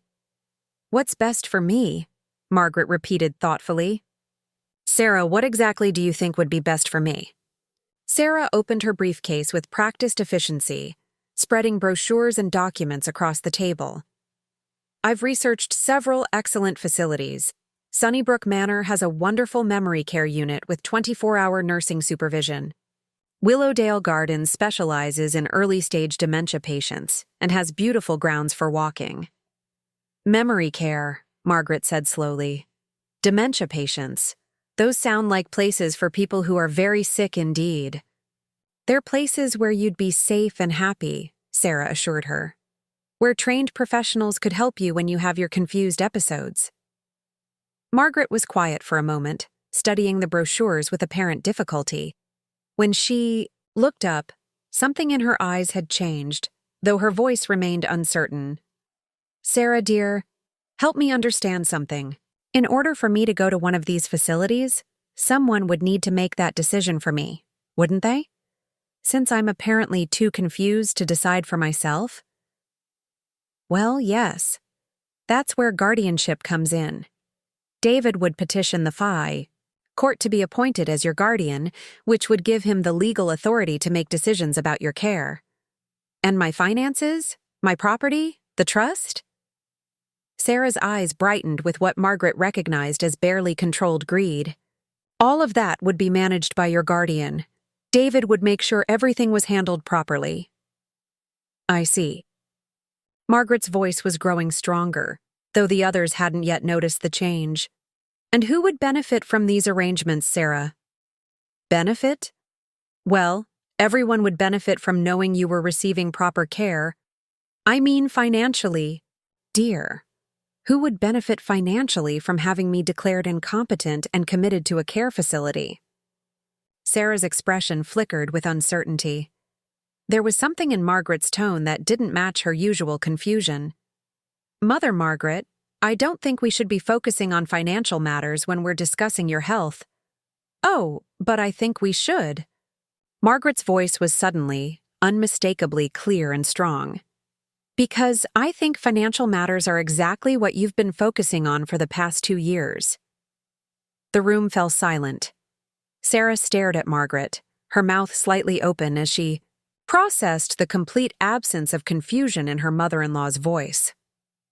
I think, Margaret continued, her posture straightening and her eyes sharpening with unmistakable intelligence, that we should discuss the real reason you've been researching: memory care facilities and guardianship laws. Sarah's face went white. Mother Margaret, what are you? How are you? How am I speaking so clearly? How am I thinking so rationally? How am I demonstrating the mental acuity that you've been telling everyone I've lost? Margaret stood, her movements confident and purposeful. Because, Sarah, I never lost it. Emma gasped theatrically, as if this was the first time she was witnessing her grandmother's clarity. James sat back in his chair, his face a mixture of shock and growing understanding. David closed his eyes, knowing that the moment of reckoning had finally arrived. That's impossible, Sarah whispered.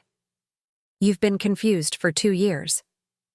The memory problems, the inappropriate comments, the way you've been acting, has been a carefully orchestrated performance designed to reveal the true character of my family members.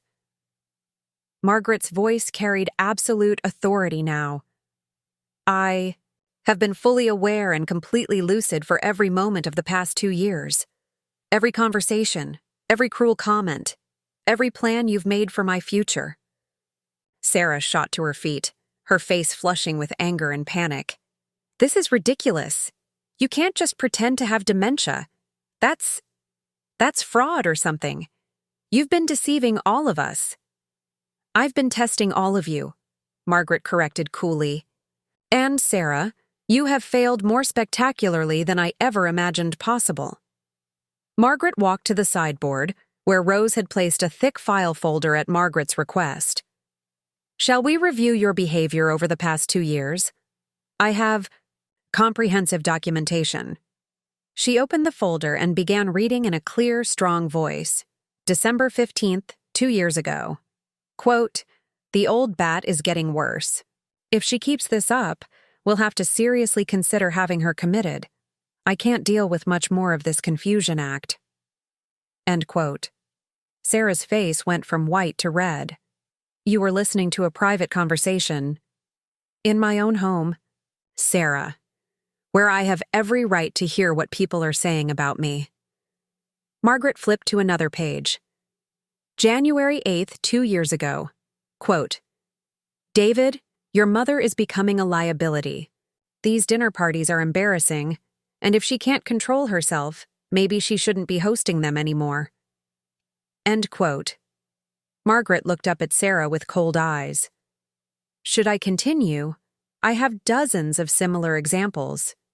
Sarah looked around the room desperately, seeking support. David, you can't let her do this. She's clearly having some kind of episode. This proves she's not competent. Actually, David said quietly, his voice heavy with shame, this proves that I've been a coward for 2 years, and you've been exactly what she says you are. Sarah spun to face him. David, you can't seriously believe this charade? It's not a charade, Sarah.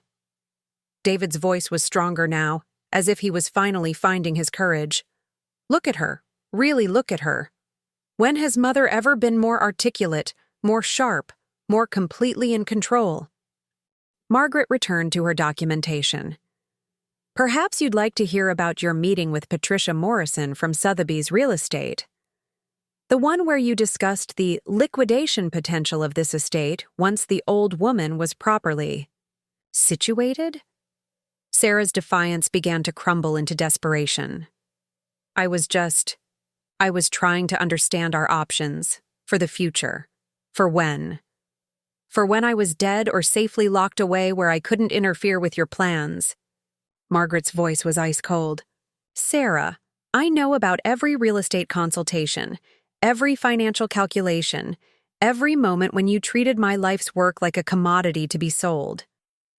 Margaret pulled out a printed email and placed it on the table. Would you like to read this aloud, Sarah? Your message to Davis and Associates about staging the house for maximum market appeal once you gained control? Sarah grabbed the paper, her hands shaking as she read her own words. How did you get this?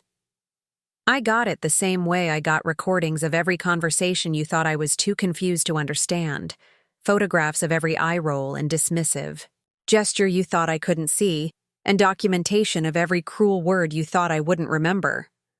Margaret walked to stand directly in front of Sarah. You called me senile 3 days ago in front of Judge Harrison and Dr. Morse.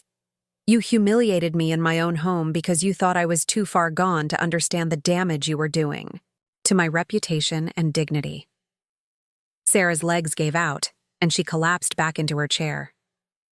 This can't be happening. You can't have been pretending this whole time. I haven't been pretending to be confused, Sarah. You've been pretending to care about my well-being. Margaret's voice carried the full weight of 2 years of documented cruelty.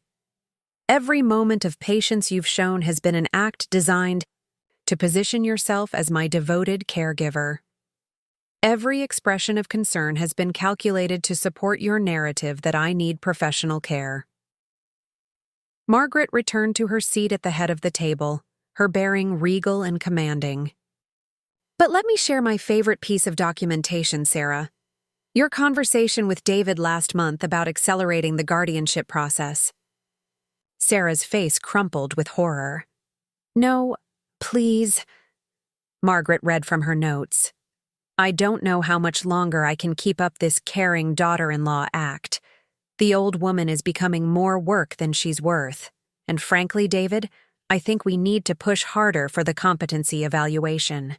Every day we wait is money we're not earning on the estate's value. The room was dead silent except for Sarah's quiet sobbing. Money you're not earning, Margaret repeated. Not money the family isn't benefiting from. Money you're not earning. Because ultimately, Sarah, that's what this has always been about. Not my well-being, not David's inheritance, not the family's future. Your personal financial gain. Emma spoke for the first time since the confrontation began, her voice carrying righteous anger. How could you be so cruel? She's been nothing but kind to you, and you've been planning to have her committed like she was some kind of burden to be disposed of. Sarah turned to Emma desperately. Emma, you have to understand. She's been so difficult to deal with. The confusion, the repetition, the way she's been acting. Emma's voice rose. You mean the way she's been testing whether you had any human decency left? The way she's been giving you every opportunity to show genuine care and kindness? She's been watching you fail that test for 2 years.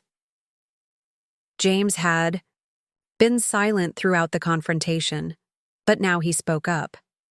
Sarah, even I can see how wrong this is, and I've been pretty selfish myself lately. Sarah looked around the room, realizing that she had no allies left. This is insane. You're all acting like she's some kind of mastermind instead of a confused old woman who's obviously having a psychotic break. Enough. Margaret's voice cut through Sarah's protest like a blade. Sarah Wellington, you have spent 2 years treating me with contempt, planning my institutionalization, and calculating the value of my life's work like a vulture circling carrion. Margaret stood, and her full authority filled the room. You have shown me no genuine kindness, no real respect, and no authentic care. You have failed every test of character I've presented, and you have proven yourself unworthy of the Wellington name. What does that mean? Sarah whispered. It means that when the Wellington Trust is distributed, you will receive exactly what you've earned through your treatment of me. Margaret's smile was cold and final. Nothing. Not $1, not one possession, not one consideration. Sarah's desperation turned to fury. You can't do that. I'm David's wife. I have rights. You have the right to leave this house immediately. Margaret said calmly. You have the right to file whatever legal challenges you think might succeed, but you have no right to my wealth, my property, or my family's respect. Margaret walked to the door, then turned back for her final words. David will receive his inheritance, but with the condition that none of it can be accessed for your benefit. If he chooses to remain married to you, he'll do so with the understanding that you bring nothing to this family except the cruelty you've already demonstrated. Sarah looked at David with desperate eyes. David, you can't let her do this. We're married. We're supposed to be partners. David was quiet for a long moment, staring at his hands. When he finally looked up, his face showed a man who had finally found his backbone. Sarah, I've been a coward for 2 years. I've let you disrespect my mother, plan her future like she was a problem to be solved, and treat our family's legacy like your personal business opportunity. His voice grew stronger. That ends now. Sarah stared at him in disbelief. You're choosing her over me? I'm choosing what's right over what's easy, David replied. Something I should have done a long time ago. Margaret watched this exchange with satisfaction. David had finally made his choice, and it was the right one. Sarah, Margaret said quietly, your bags have been packed and are waiting by the front door. Rose has called you a car. I suggest you use the time during your drive to consider whether the money you thought you'd gain was worth the family you've lost. As Sarah was escorted from the room by Rose, her final words were a desperate threat. This isn't over. I'll contest everything. I'll prove you're incompetent. Margaret's response was calm and final. You're welcome to try, dear, but I'm afraid you'll find that 2 years of documented evidence tends to be quite persuasive in court. The door closed behind Sarah, leaving the remaining family members to process what had just occurred. The Wellington family hierarchy had been completely upended, but for the first time in years, it was built on truth rather than manipulation. Margaret looked around at the faces of her remaining family, Emma's relieved satisfaction, James's chastened respect, David's painful but necessary awakening to reality. The most difficult confrontation was over, but the real work of rebuilding their family was just beginning. The following morning brought a crisp October day to the Wellington estate. Margaret sat in the formal drawing room, her posture erect and confident as she waited for the arrival that would formalize everything she had worked toward over the past 2 years. The pretense of confusion was permanently behind her now, and she felt the relief of finally being able to present herself as the sharp, capable woman she had always remained. Rose entered the room with her usual quiet efficiency. Mrs. Wellington, Attorney Chen has arrived. She's bringing her briefcase and several associates. Perfect. Please show them to the library and let the family know we'll be ready in 10 minutes. Margaret stood and walked to the window, looking out at the estate grounds Harold had loved so much. Today would determine not just who inherited their wealth, but who would carry forward the values they had tried to instill in their family.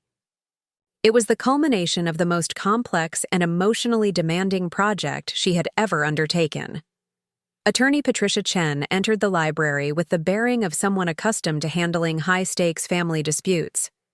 A sharp-featured woman in her 50s, she carried herself with the confidence that came from 30 years of practice in estate law. Behind her came 2 junior associates, their arms filled with legal documents and recording equipment.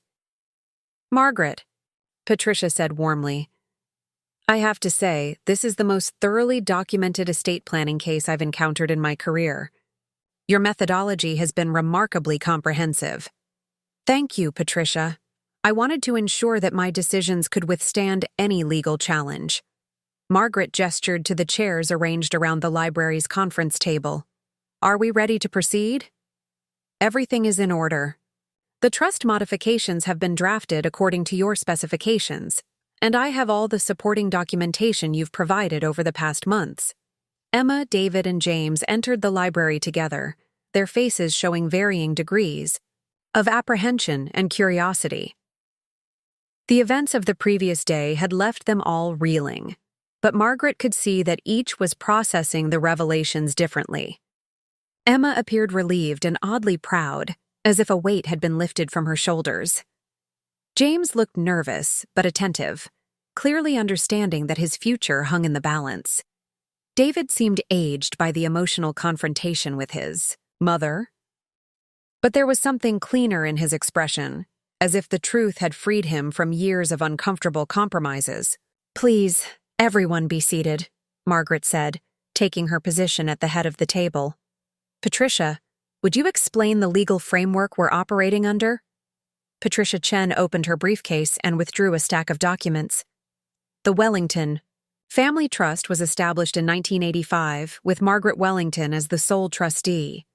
The trust documents give her complete discretionary authority over distributions during her lifetime, and she retains the right to modify beneficiary designations at any time.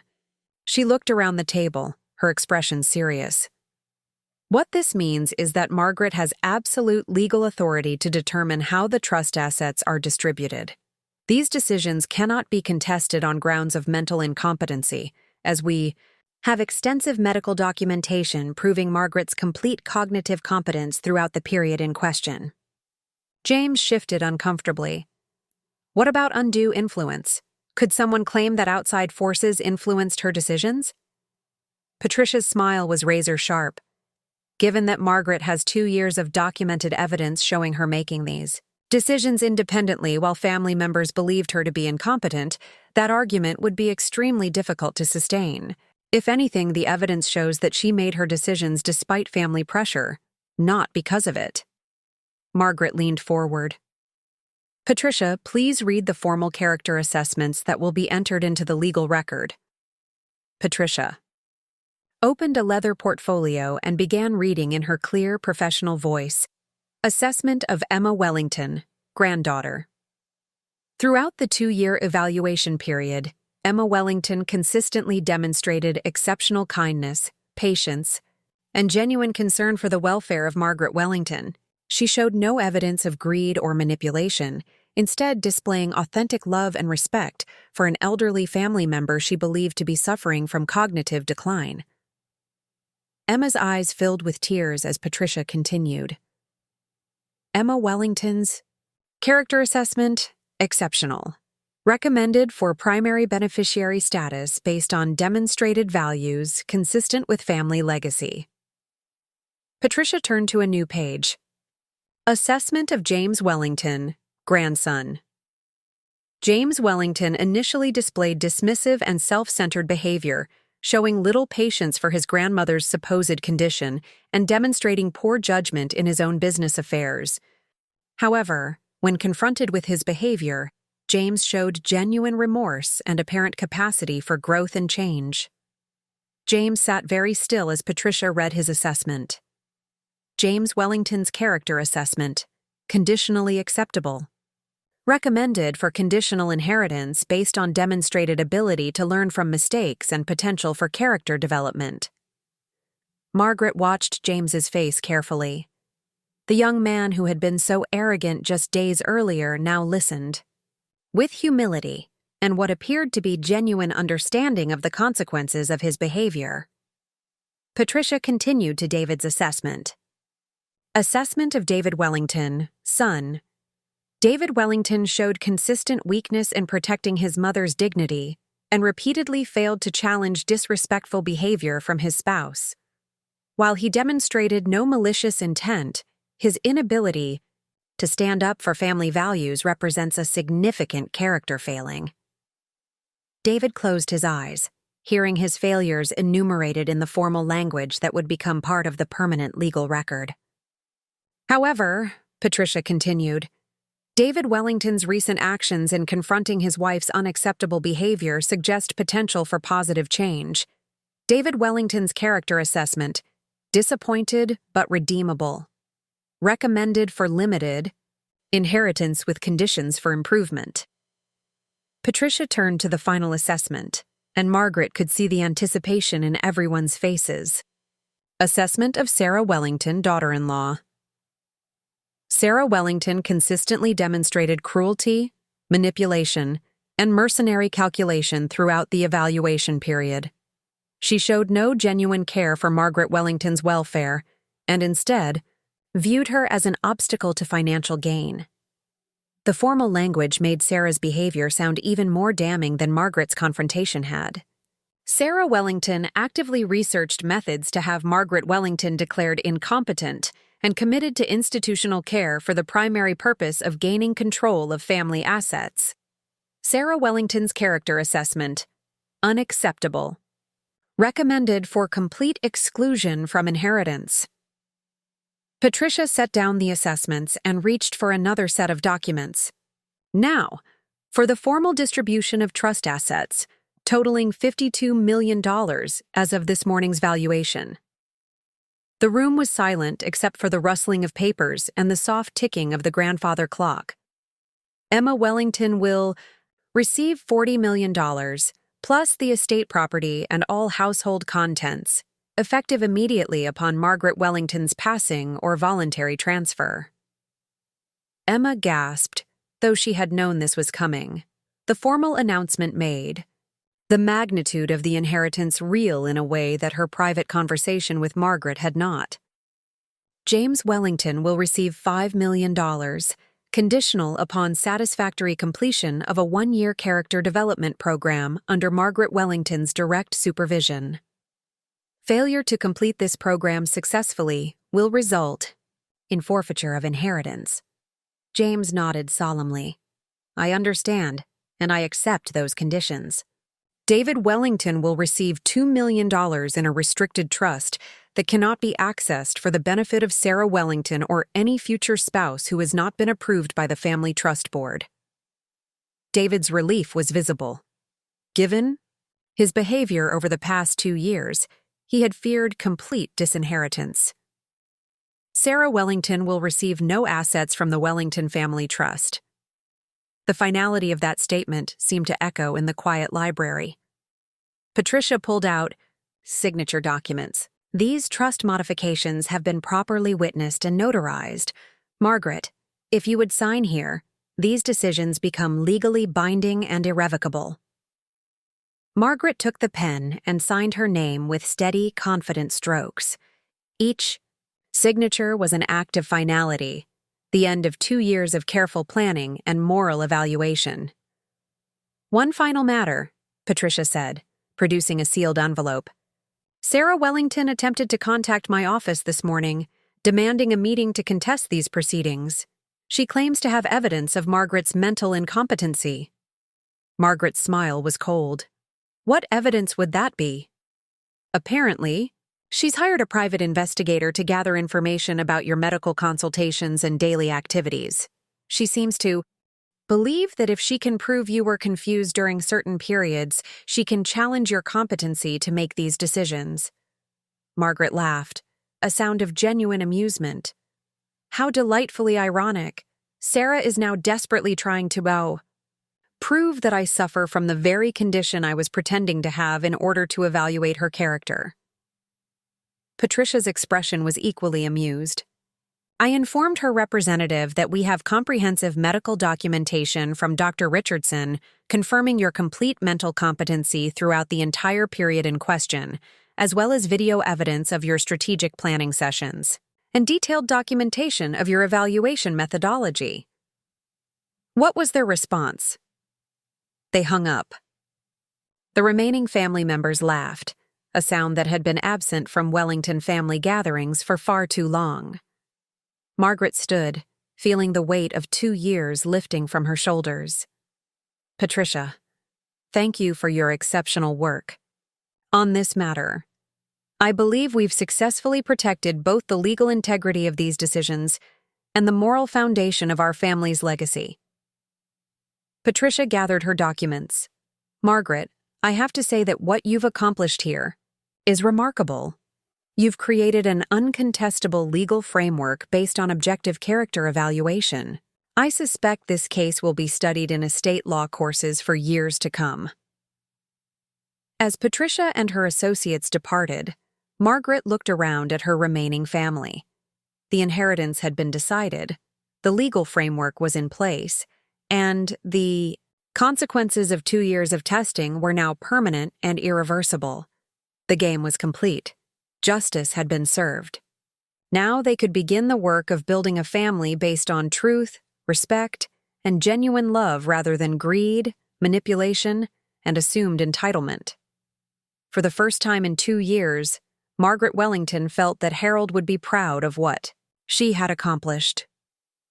The week following the legal formalization brought a strange quiet to the Wellington estate. Without Sarah's constant tension and barely concealed hostility, the house seemed to breathe more easily. Margaret found herself walking through rooms that felt lighter somehow, as if the weight of deception and malice had been physically lifted from the mahogany panels and crystal chandeliers. Emma had taken a leave of absence from her social work, positioned to spend time at the estate, claiming she needed to process everything that had happened. But Margaret recognized the real reason. Emma was quietly taking inventory of her new responsibilities, studying the family's financial documents and investment portfolios with the careful attention of someone who understood the magnitude of the trust being placed in her. "Grandmother," Emma said one morning as they shared breakfast in the sunlit morning room, "I've been thinking about the foundation grants Harold started, the ones for literacy programs in underserved communities." Margaret smiled, recognizing the thoughtful consideration in Emma's voice. "What about them, dear?" "I think we should expand them. Not just literacy, but comprehensive educational support, after-school programs, college preparation, teacher training." Emma's eyes lit up with genuine passion. "With the trust resources, we could make a real difference in children's lives." Margaret felt a deep satisfaction. This was exactly what she had hoped for. Not someone who would simply inherit wealth, but someone who would use it purposefully. "That sounds wonderful, Emma. Your grandfather always believed that education was the foundation of everything good in society." "I've also been thinking about this house," Emma continued. "It's too large for one person, and it has such history. Maybe part of it could become a scholarship center or a meeting place for educational nonprofits." Margaret reached across the table and took her granddaughter's hand. "You're not inheriting just money, Emma. You're inheriting the responsibility to make Harold's and my life's work meaningful. I can see that you understand that." Emma's eyes filled with tears. "I won't let you down, grandmother. I promise." "You couldn't, sweetheart. Your character is already proven." James had surprised everyone, including himself, with his commitment to earning redemption.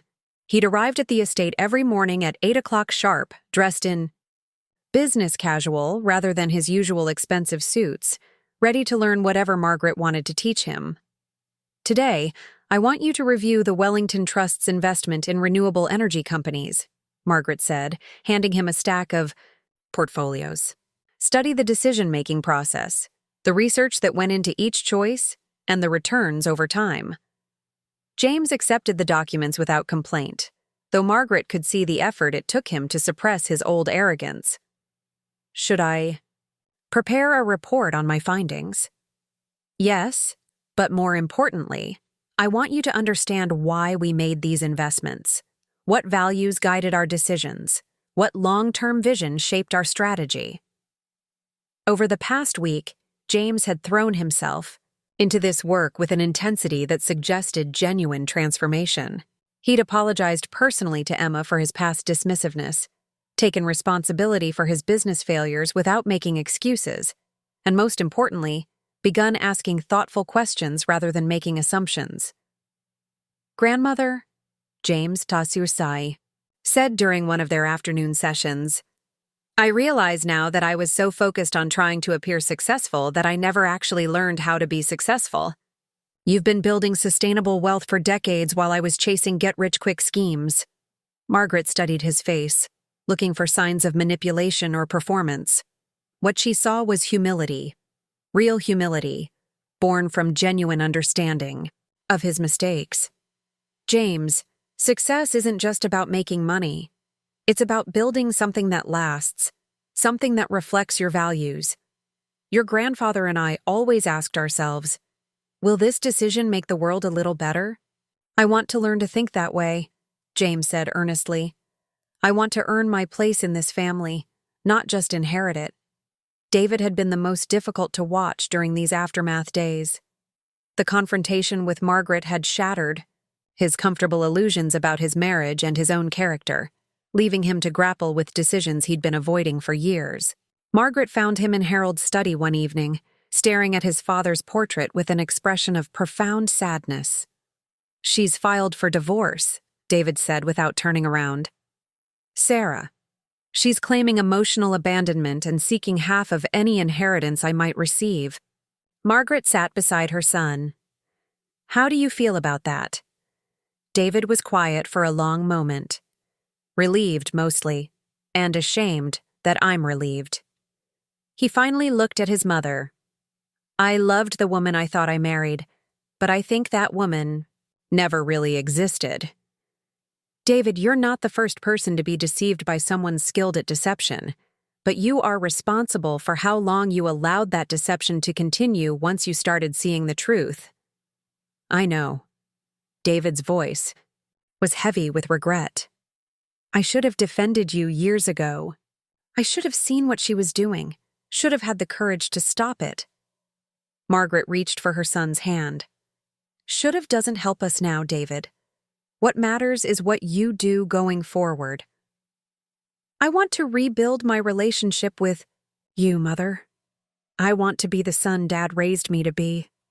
I just don't know if it's too late. It's never too late to become who you're meant to be, Margaret said gently. But David, you have to decide whether you're going to keep making the safe choice or start making the right choice. David nodded, understanding the work that lay ahead of him. The inheritance conditions about not being able to believe that if she can prove you were confused during certain periods, she can challenge your competency to make these decisions. Margaret laughed, a sound of genuine amusement. How delightfully ironic. Sarah is now desperately trying to prove that I suffer from the very condition I was pretending to have in order to evaluate her character. Patricia's expression was equally amused. I informed her representative that we have comprehensive medical documentation from Dr. Richardson confirming your complete mental competency throughout the entire period in question, as well as video evidence of your strategic planning sessions and detailed documentation of your evaluation methodology. What was their response? They hung up. The remaining family members laughed, a sound that had been absent from Wellington family gatherings for far too long. Margaret stood, feeling the weight of 2 years lifting from her shoulders. Patricia, thank you for your exceptional work on this matter. I believe we've successfully protected both the legal integrity of these decisions and the moral foundation of our family's legacy. Patricia gathered her documents. Margaret, I have to say that what you've accomplished here is remarkable.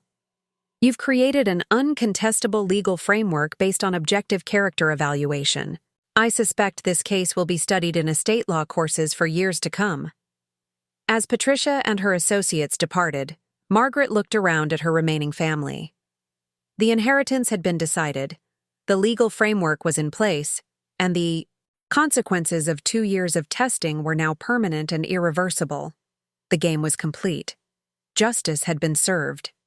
Now they could begin the work of building a family based on truth, respect, and genuine love, rather than greed, manipulation, and assumed entitlement. For the first time in 2 years, Margaret Wellington felt that Harold would be proud of what she had accomplished. The week following the legal formalization brought a strange quiet to the Wellington estate. Without Sarah's constant tension and barely concealed hostility, the house seemed to breathe more easily. Margaret found herself walking through rooms that felt lighter somehow, as if the weight of deception and malice had been physically lifted from the mahogany panels and crystal chandeliers. Emma had taken a leave of absence from her social work, positioned to spend time at the estate, claiming she needed to process everything that had happened. But Margaret recognized the real reason. Emma was quietly taking inventory of her new responsibilities, studying the family's financial documents and investment portfolios with the careful attention of someone who understood the magnitude of the trust being placed in her. "Grandmother," Emma said one morning as they shared breakfast in the sunlit morning room, "I've been thinking about the foundation grants Harold started, the ones for literacy programs in underserved communities." Margaret smiled, recognizing the thoughtful consideration in Emma's voice. "What about them, dear?" "I think we should expand them. Not just literacy, but comprehensive educational support. Access the money for Sarah's benefit." "Will remain in place even after your divorce," Margaret confirmed. "Your inheritance will be yours alone, David. Use it wisely." Rose found Margaret in the garden the following afternoon, tending to the roses that had always been her sanctuary. The older woman's movements were careful but confident as she pruned dead blooms and checked for signs of disease. "Mrs. Wellington," Rose said, settling onto the memorial bench dedicated to Harold. "I've been thinking about everything that's happened this week. And what are your thoughts, Rose?" "I think you did something remarkable. Not just the inheritance decisions, but the way you gave each of them a chance to show who they really were." Rose watched Margaret work among the flowers. "Most people make decisions about family based on hope or wishful thinking. You made decisions based on truth." Margaret straightened, wiping her hands on her gardening gloves. "It wasn't easy, Rose. There were moments when I wondered if I was being too harsh, too calculated. And now? Now I think Harold would be proud." Margaret looked out at the estate grounds, seeing not just the financial investment they represented, but the family legacy they would support. "Emma will use this wealth to make the world better. James has a chance to become the man he's capable of being. David is finally learning to stand up for what's right. And Sarah?" Margaret's expression hardened slightly. "Sarah made her choices. Rose. She chose greed over love, manipulation over honesty, cruelty over kindness. She'll have to live with the consequences of those choices." Rose nodded approvingly. 15 years I've worked for this family, Mrs. Wellington. I've watched the children grow up, seen the marriages and the successes and the failures. What you did these past 2 years, it took more strength and wisdom than most people have." Margaret settled beside Rose on the bench, looking up at the house where 4 generations of Wellingtons had lived and loved and made their mark on the world. "You know what the most surprising thing has been, Rose? I expected to feel triumphant when this was all over. Instead, I feel peaceful. For the first time in years, I feel like this family has a chance to become what Harold and I always hoped it could be. A family built on character rather than entitlement," Rose said. "Exactly." Margaret smiled, watching Emma through the library window as she worked on plans for educational initiatives. "The money will go to people who understand that wealth is responsibility, not privilege. The family name will be carried by people who know that reputation must be earned daily through their actions." Margaret stood, brushing soil from her gardening clothes. "Come, Rose. I think it's time to start planning for the future rather than cleaning up the past." As they walked back toward the house, Margaret felt the satisfaction of a complex game well played and fairly won. The inheritance was settled, the family was rebuilt on honest foundations, and the legacy she and Harold had worked 40 years to create would continue in capable, caring hands. For the first time since Harold's death, Margaret Wellington felt genuinely optimistic about the future of her family. Part 10. Legacy and New Beginnings. 6 months later, Margaret stood in the transformed conservatory that had once housed Harold's prize orchids. Emma had converted the sun-drenched space into a meeting room for the newly established Wellington Educational Foundation, and this morning marked the first quarterly board meeting. Margaret watched through the glass doors as Emma facilitated a discussion with principals from 3 local schools about expanding after-school literacy programs. At 28, Emma commanded the room with a quiet authority that reminded Margaret of herself at that age, confident without being arrogant, passionate without being naive. Emma had insisted on keeping her social work position, even as she took on her inheritance responsibilities, claiming that her field experience made her a better steward of the family's educational mission. "Grandmother," Emma said, stepping out, of the meeting during a brief recess, "we're making remarkable progress. The Hartford program has a waiting list of over 200 children, and the teachers are reporting significant improvement in reading comprehension scores. Believe that if she can prove you were confused during certain periods, she can challenge your competency to make these decisions." Margaret laughed, a sound of genuine amusement. How delightfully ironic. Sarah is now desperately trying to prove that I suffer from the very condition I was pretending to have in order to evaluate her character. Patricia's expression was equally amused. "I informed her representative that we have comprehensive medical documentation from Dr. Richardson, confirming your complete mental competency throughout the entire period in question, as well as video evidence of your strategic planning sessions, and detailed documentation of your evaluation methodology." What was their response? They hung up. The remaining family members laughed, a sound that had been absent from Wellington family gatherings for far too long. Margaret stood, feeling the weight of 2 years lifting from her shoulders. "Patricia, thank you for your exceptional work on this matter. I believe we've successfully protected both the legal integrity of these decisions and the moral foundation of our family's legacy." Patricia gathered her documents. "Margaret, I have to say that what you've accomplished here is remarkable. You've created an uncontestable legal framework based on objective character evaluation. I suspect this case will be studied in estate law courses for years to come." As Patricia and her associates departed, Margaret looked around at her remaining family. The inheritance had been decided, the legal framework was in place, and the consequences of 2 years of testing were now permanent and irreversible. The game was complete. Justice had been served. Now they could begin the work of building a family based on truth, respect, and genuine love rather than greed, manipulation, and assumed entitlement. For the first time in 2 years, Margaret Wellington felt that Harold would be proud of what she had accomplished. The week following the legal formalization brought a strange quiet to the Wellington estate. Without Sarah's constant tension and barely concealed hostility, the house seemed to breathe more easily. Margaret found herself walking through rooms that felt lighter somehow, as if the weight of deception and malice had been physically lifted from the mahogany panels and crystal chandeliers.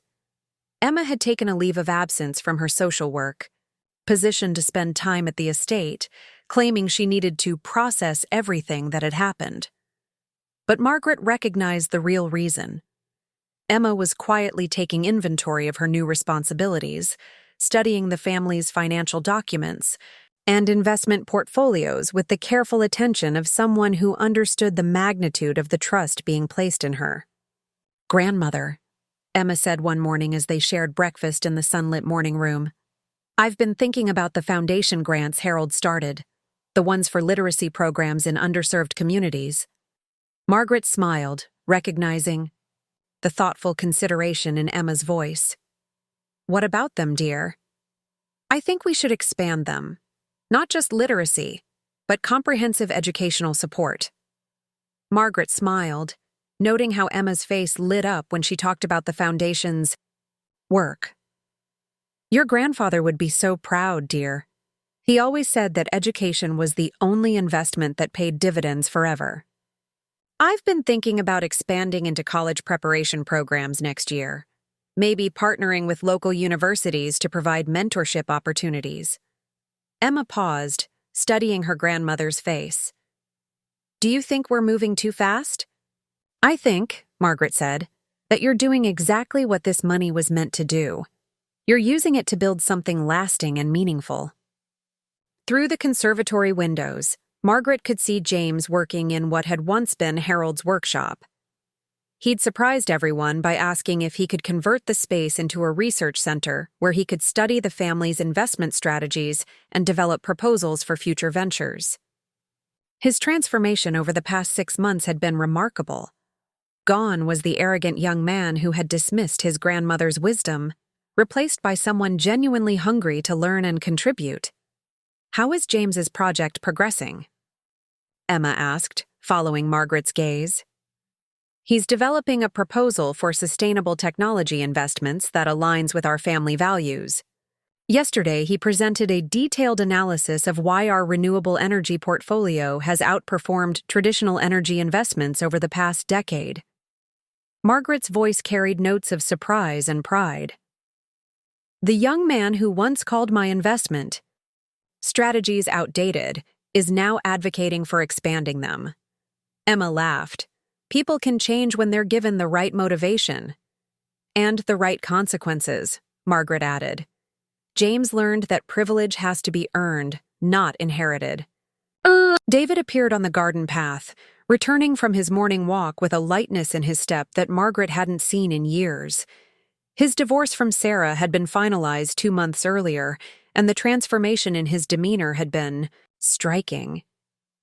The anxious, conflict-avoidant man who had spent years walking on eggshells around his wife was slowly being replaced by someone who was rediscovering his own voice and values. "Good morning, Mother, Emma." David kissed both women on the cheek, a gesture of affection that had returned naturally once the toxic dynamics of his marriage were removed. "The foundation meeting seems to be going well." "Very well, Emma." "Confirmed. We're going to be able to fund 3 new literacy centers this year." David nodded approvingly.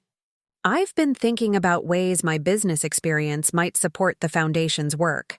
Maybe developing partnerships with local companies to provide internship opportunities for the older students." Margaret felt a deep satisfaction watching her son actively engage with the family's philanthropic mission. The weak man who had failed to defend her dignity was evolving into someone who wanted to contribute positively to their legacy. "That's an excellent idea, David. Why don't you prepare a proposal for the next board meeting?" As David continued toward the house, Margaret reflected on how dramatically the family dynamics had shifted. The competitive tension and barely concealed hostility that had characterized their gatherings for years had been replaced by collaborative energy focused on shared goals rather than individual gain. Rose appeared at the garden door, carrying a tea service. At 72, she moved with the same quiet efficiency that had made her indispensable to the Wellington family for 15 years. "Mrs. Wellington, your attorney is on the phone. Something about Sarah's latest legal filing." Margaret sighed. Sarah had spent the past 6 months launching increasingly desperate legal challenges to the inheritance decisions.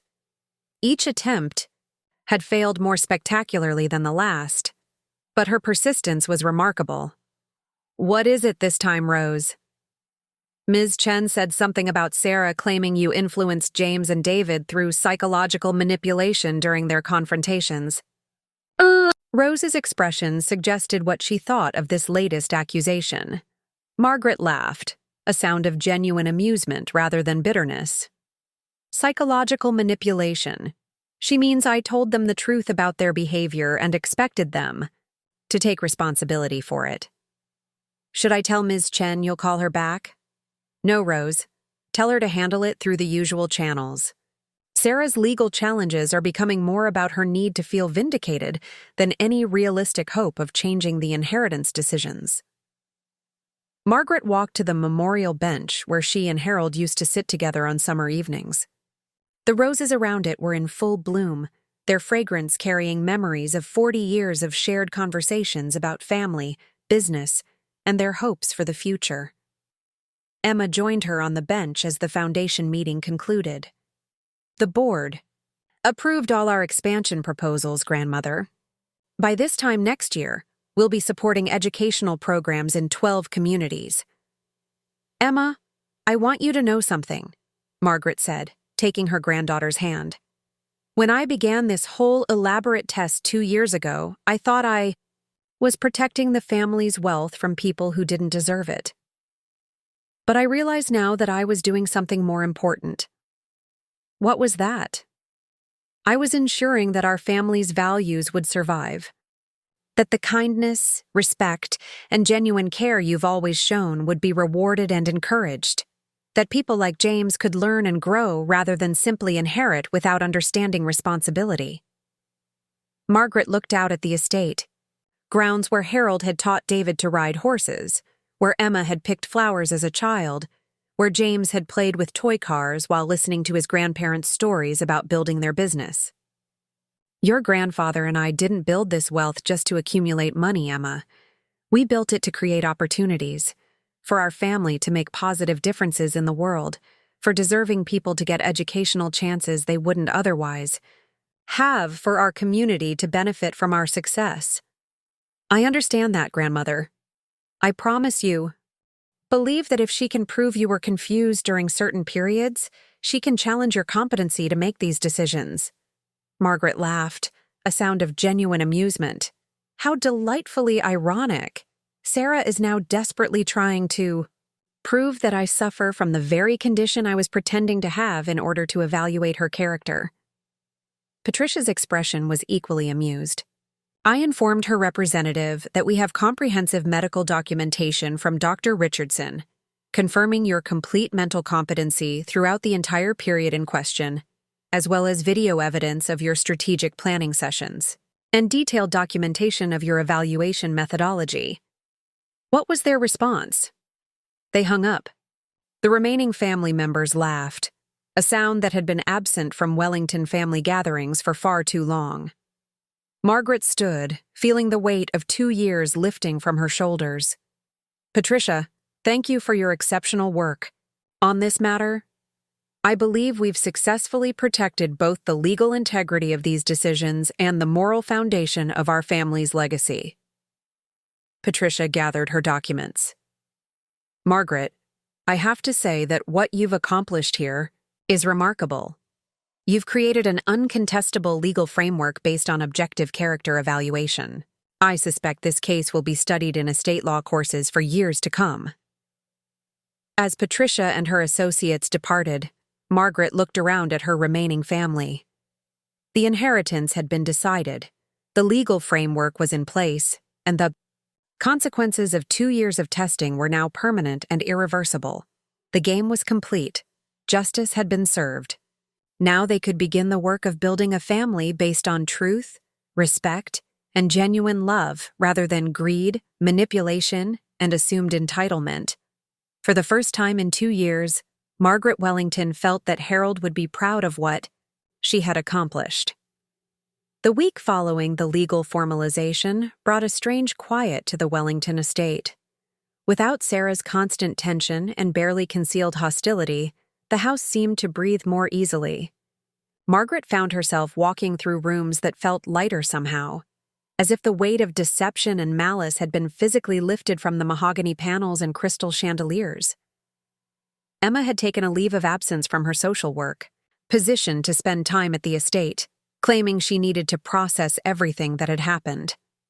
But Margaret recognized the real reason. Emma was quietly taking inventory of her new responsibilities, studying the family's financial documents and investment portfolios with the careful attention of someone who understood the magnitude of the trust being placed in her. "Grandmother," Emma said one morning as they shared breakfast in the sunlit morning room, "I've been thinking about the foundation grants Harold started, the ones for literacy programs in underserved communities." Margaret smiled, recognizing the thoughtful consideration in Emma's voice. "What about them, dear?" "I think we should expand them. Not just literacy, but comprehensive educational support. That I'll never forget it." "I know you won't, dear. That's why you were the right choice." James emerged from the workshop, his clothes dusty and his face animated with excitement. "Grandmother, Emma, I think I found something remarkable. A startup company developing water purification technology for developing countries. Their approach could provide clean water access for millions of people while generating sustainable returns for investors. Margaret smiled, recognizing in James's enthusiasm the same passion Harold had shown when he discovered investment opportunities that aligned with their values. "Tell us about it, James." As James outlined his research with the thoroughness and ethical consideration that had become his trademark over the past months, Margaret felt Harold's presence as if he were sitting beside her on the bench. This was what they had worked for, a family that understood that wealth was a tool for positive change, not just personal comfort. David returned from the house carrying a legal document. "Mother, Patricia Chen asked me to bring this to you. The final dismissal of Sarah's last appeal. The judge ruled that her claims have no merit and issued a permanent injunction against further frivolous litigation." Margaret accepted the document but barely glanced at it. Sarah's legal battles had become irrelevant to the real work of rebuilding their family. "Thank you, David. Please ask Patricia to file this with the others." As the afternoon sun began to cast longer shadows across the garden, Margaret looked around at her family. Emma was reviewing foundation documents with the careful attention of someone who understood the weight of her responsibilities. James was sketching diagrams for his water purification project, his mind fully engaged with problems larger than his own interests. David was quietly reading a book about nonprofit management, preparing to contribute meaningfully to their philanthropic work. "Rose," Margaret called, "would you please set the table for 4 tonight? I think we should have a proper family dinner." "Of course, Mrs. Wellington. Should I prepare anything special?" "Just a simple meal, Rose. Something that allows us to focus on each other's company rather than impressive presentations." As evening fell, the Wellington family gathered around the mahogany dining table where so much drama had unfolded over the past 2 years. But tonight, there were no scattered documents suggesting confusion, no tension crackling between family members, no underlying currents of greed or manipulation. Instead, there was genuine conversation about shared goals, laughter over James's enthusiastic descriptions of his latest research, and the comfortable silence of people who truly enjoyed each other's company. Margaret looked around the table, seeing not the fractured family she had begun testing 2 years earlier, but a group of people united by authentic affection and common purpose. The inheritance game was complete, but what it had created was far more valuable than the financial distributions it had determined. "To your grandfather," Margaret said, raising her glass of wine, "who always believed that the best inheritance we could leave our family wasn't money, but the values to use money wisely." "To Harold," the others echoed, and Margaret felt the deep satisfaction of a mission accomplished and a legacy secured. The Wellington family legacy would continue, carried forward by people who understood that true wealth lay not in what you accumulated, but in what you contributed to the world around you. And in the warm glow of the dining room chandelier, surrounded by the people who had proven themselves worthy of her trust, Margaret Wellington finally felt complete peace. The game was over. Love had won.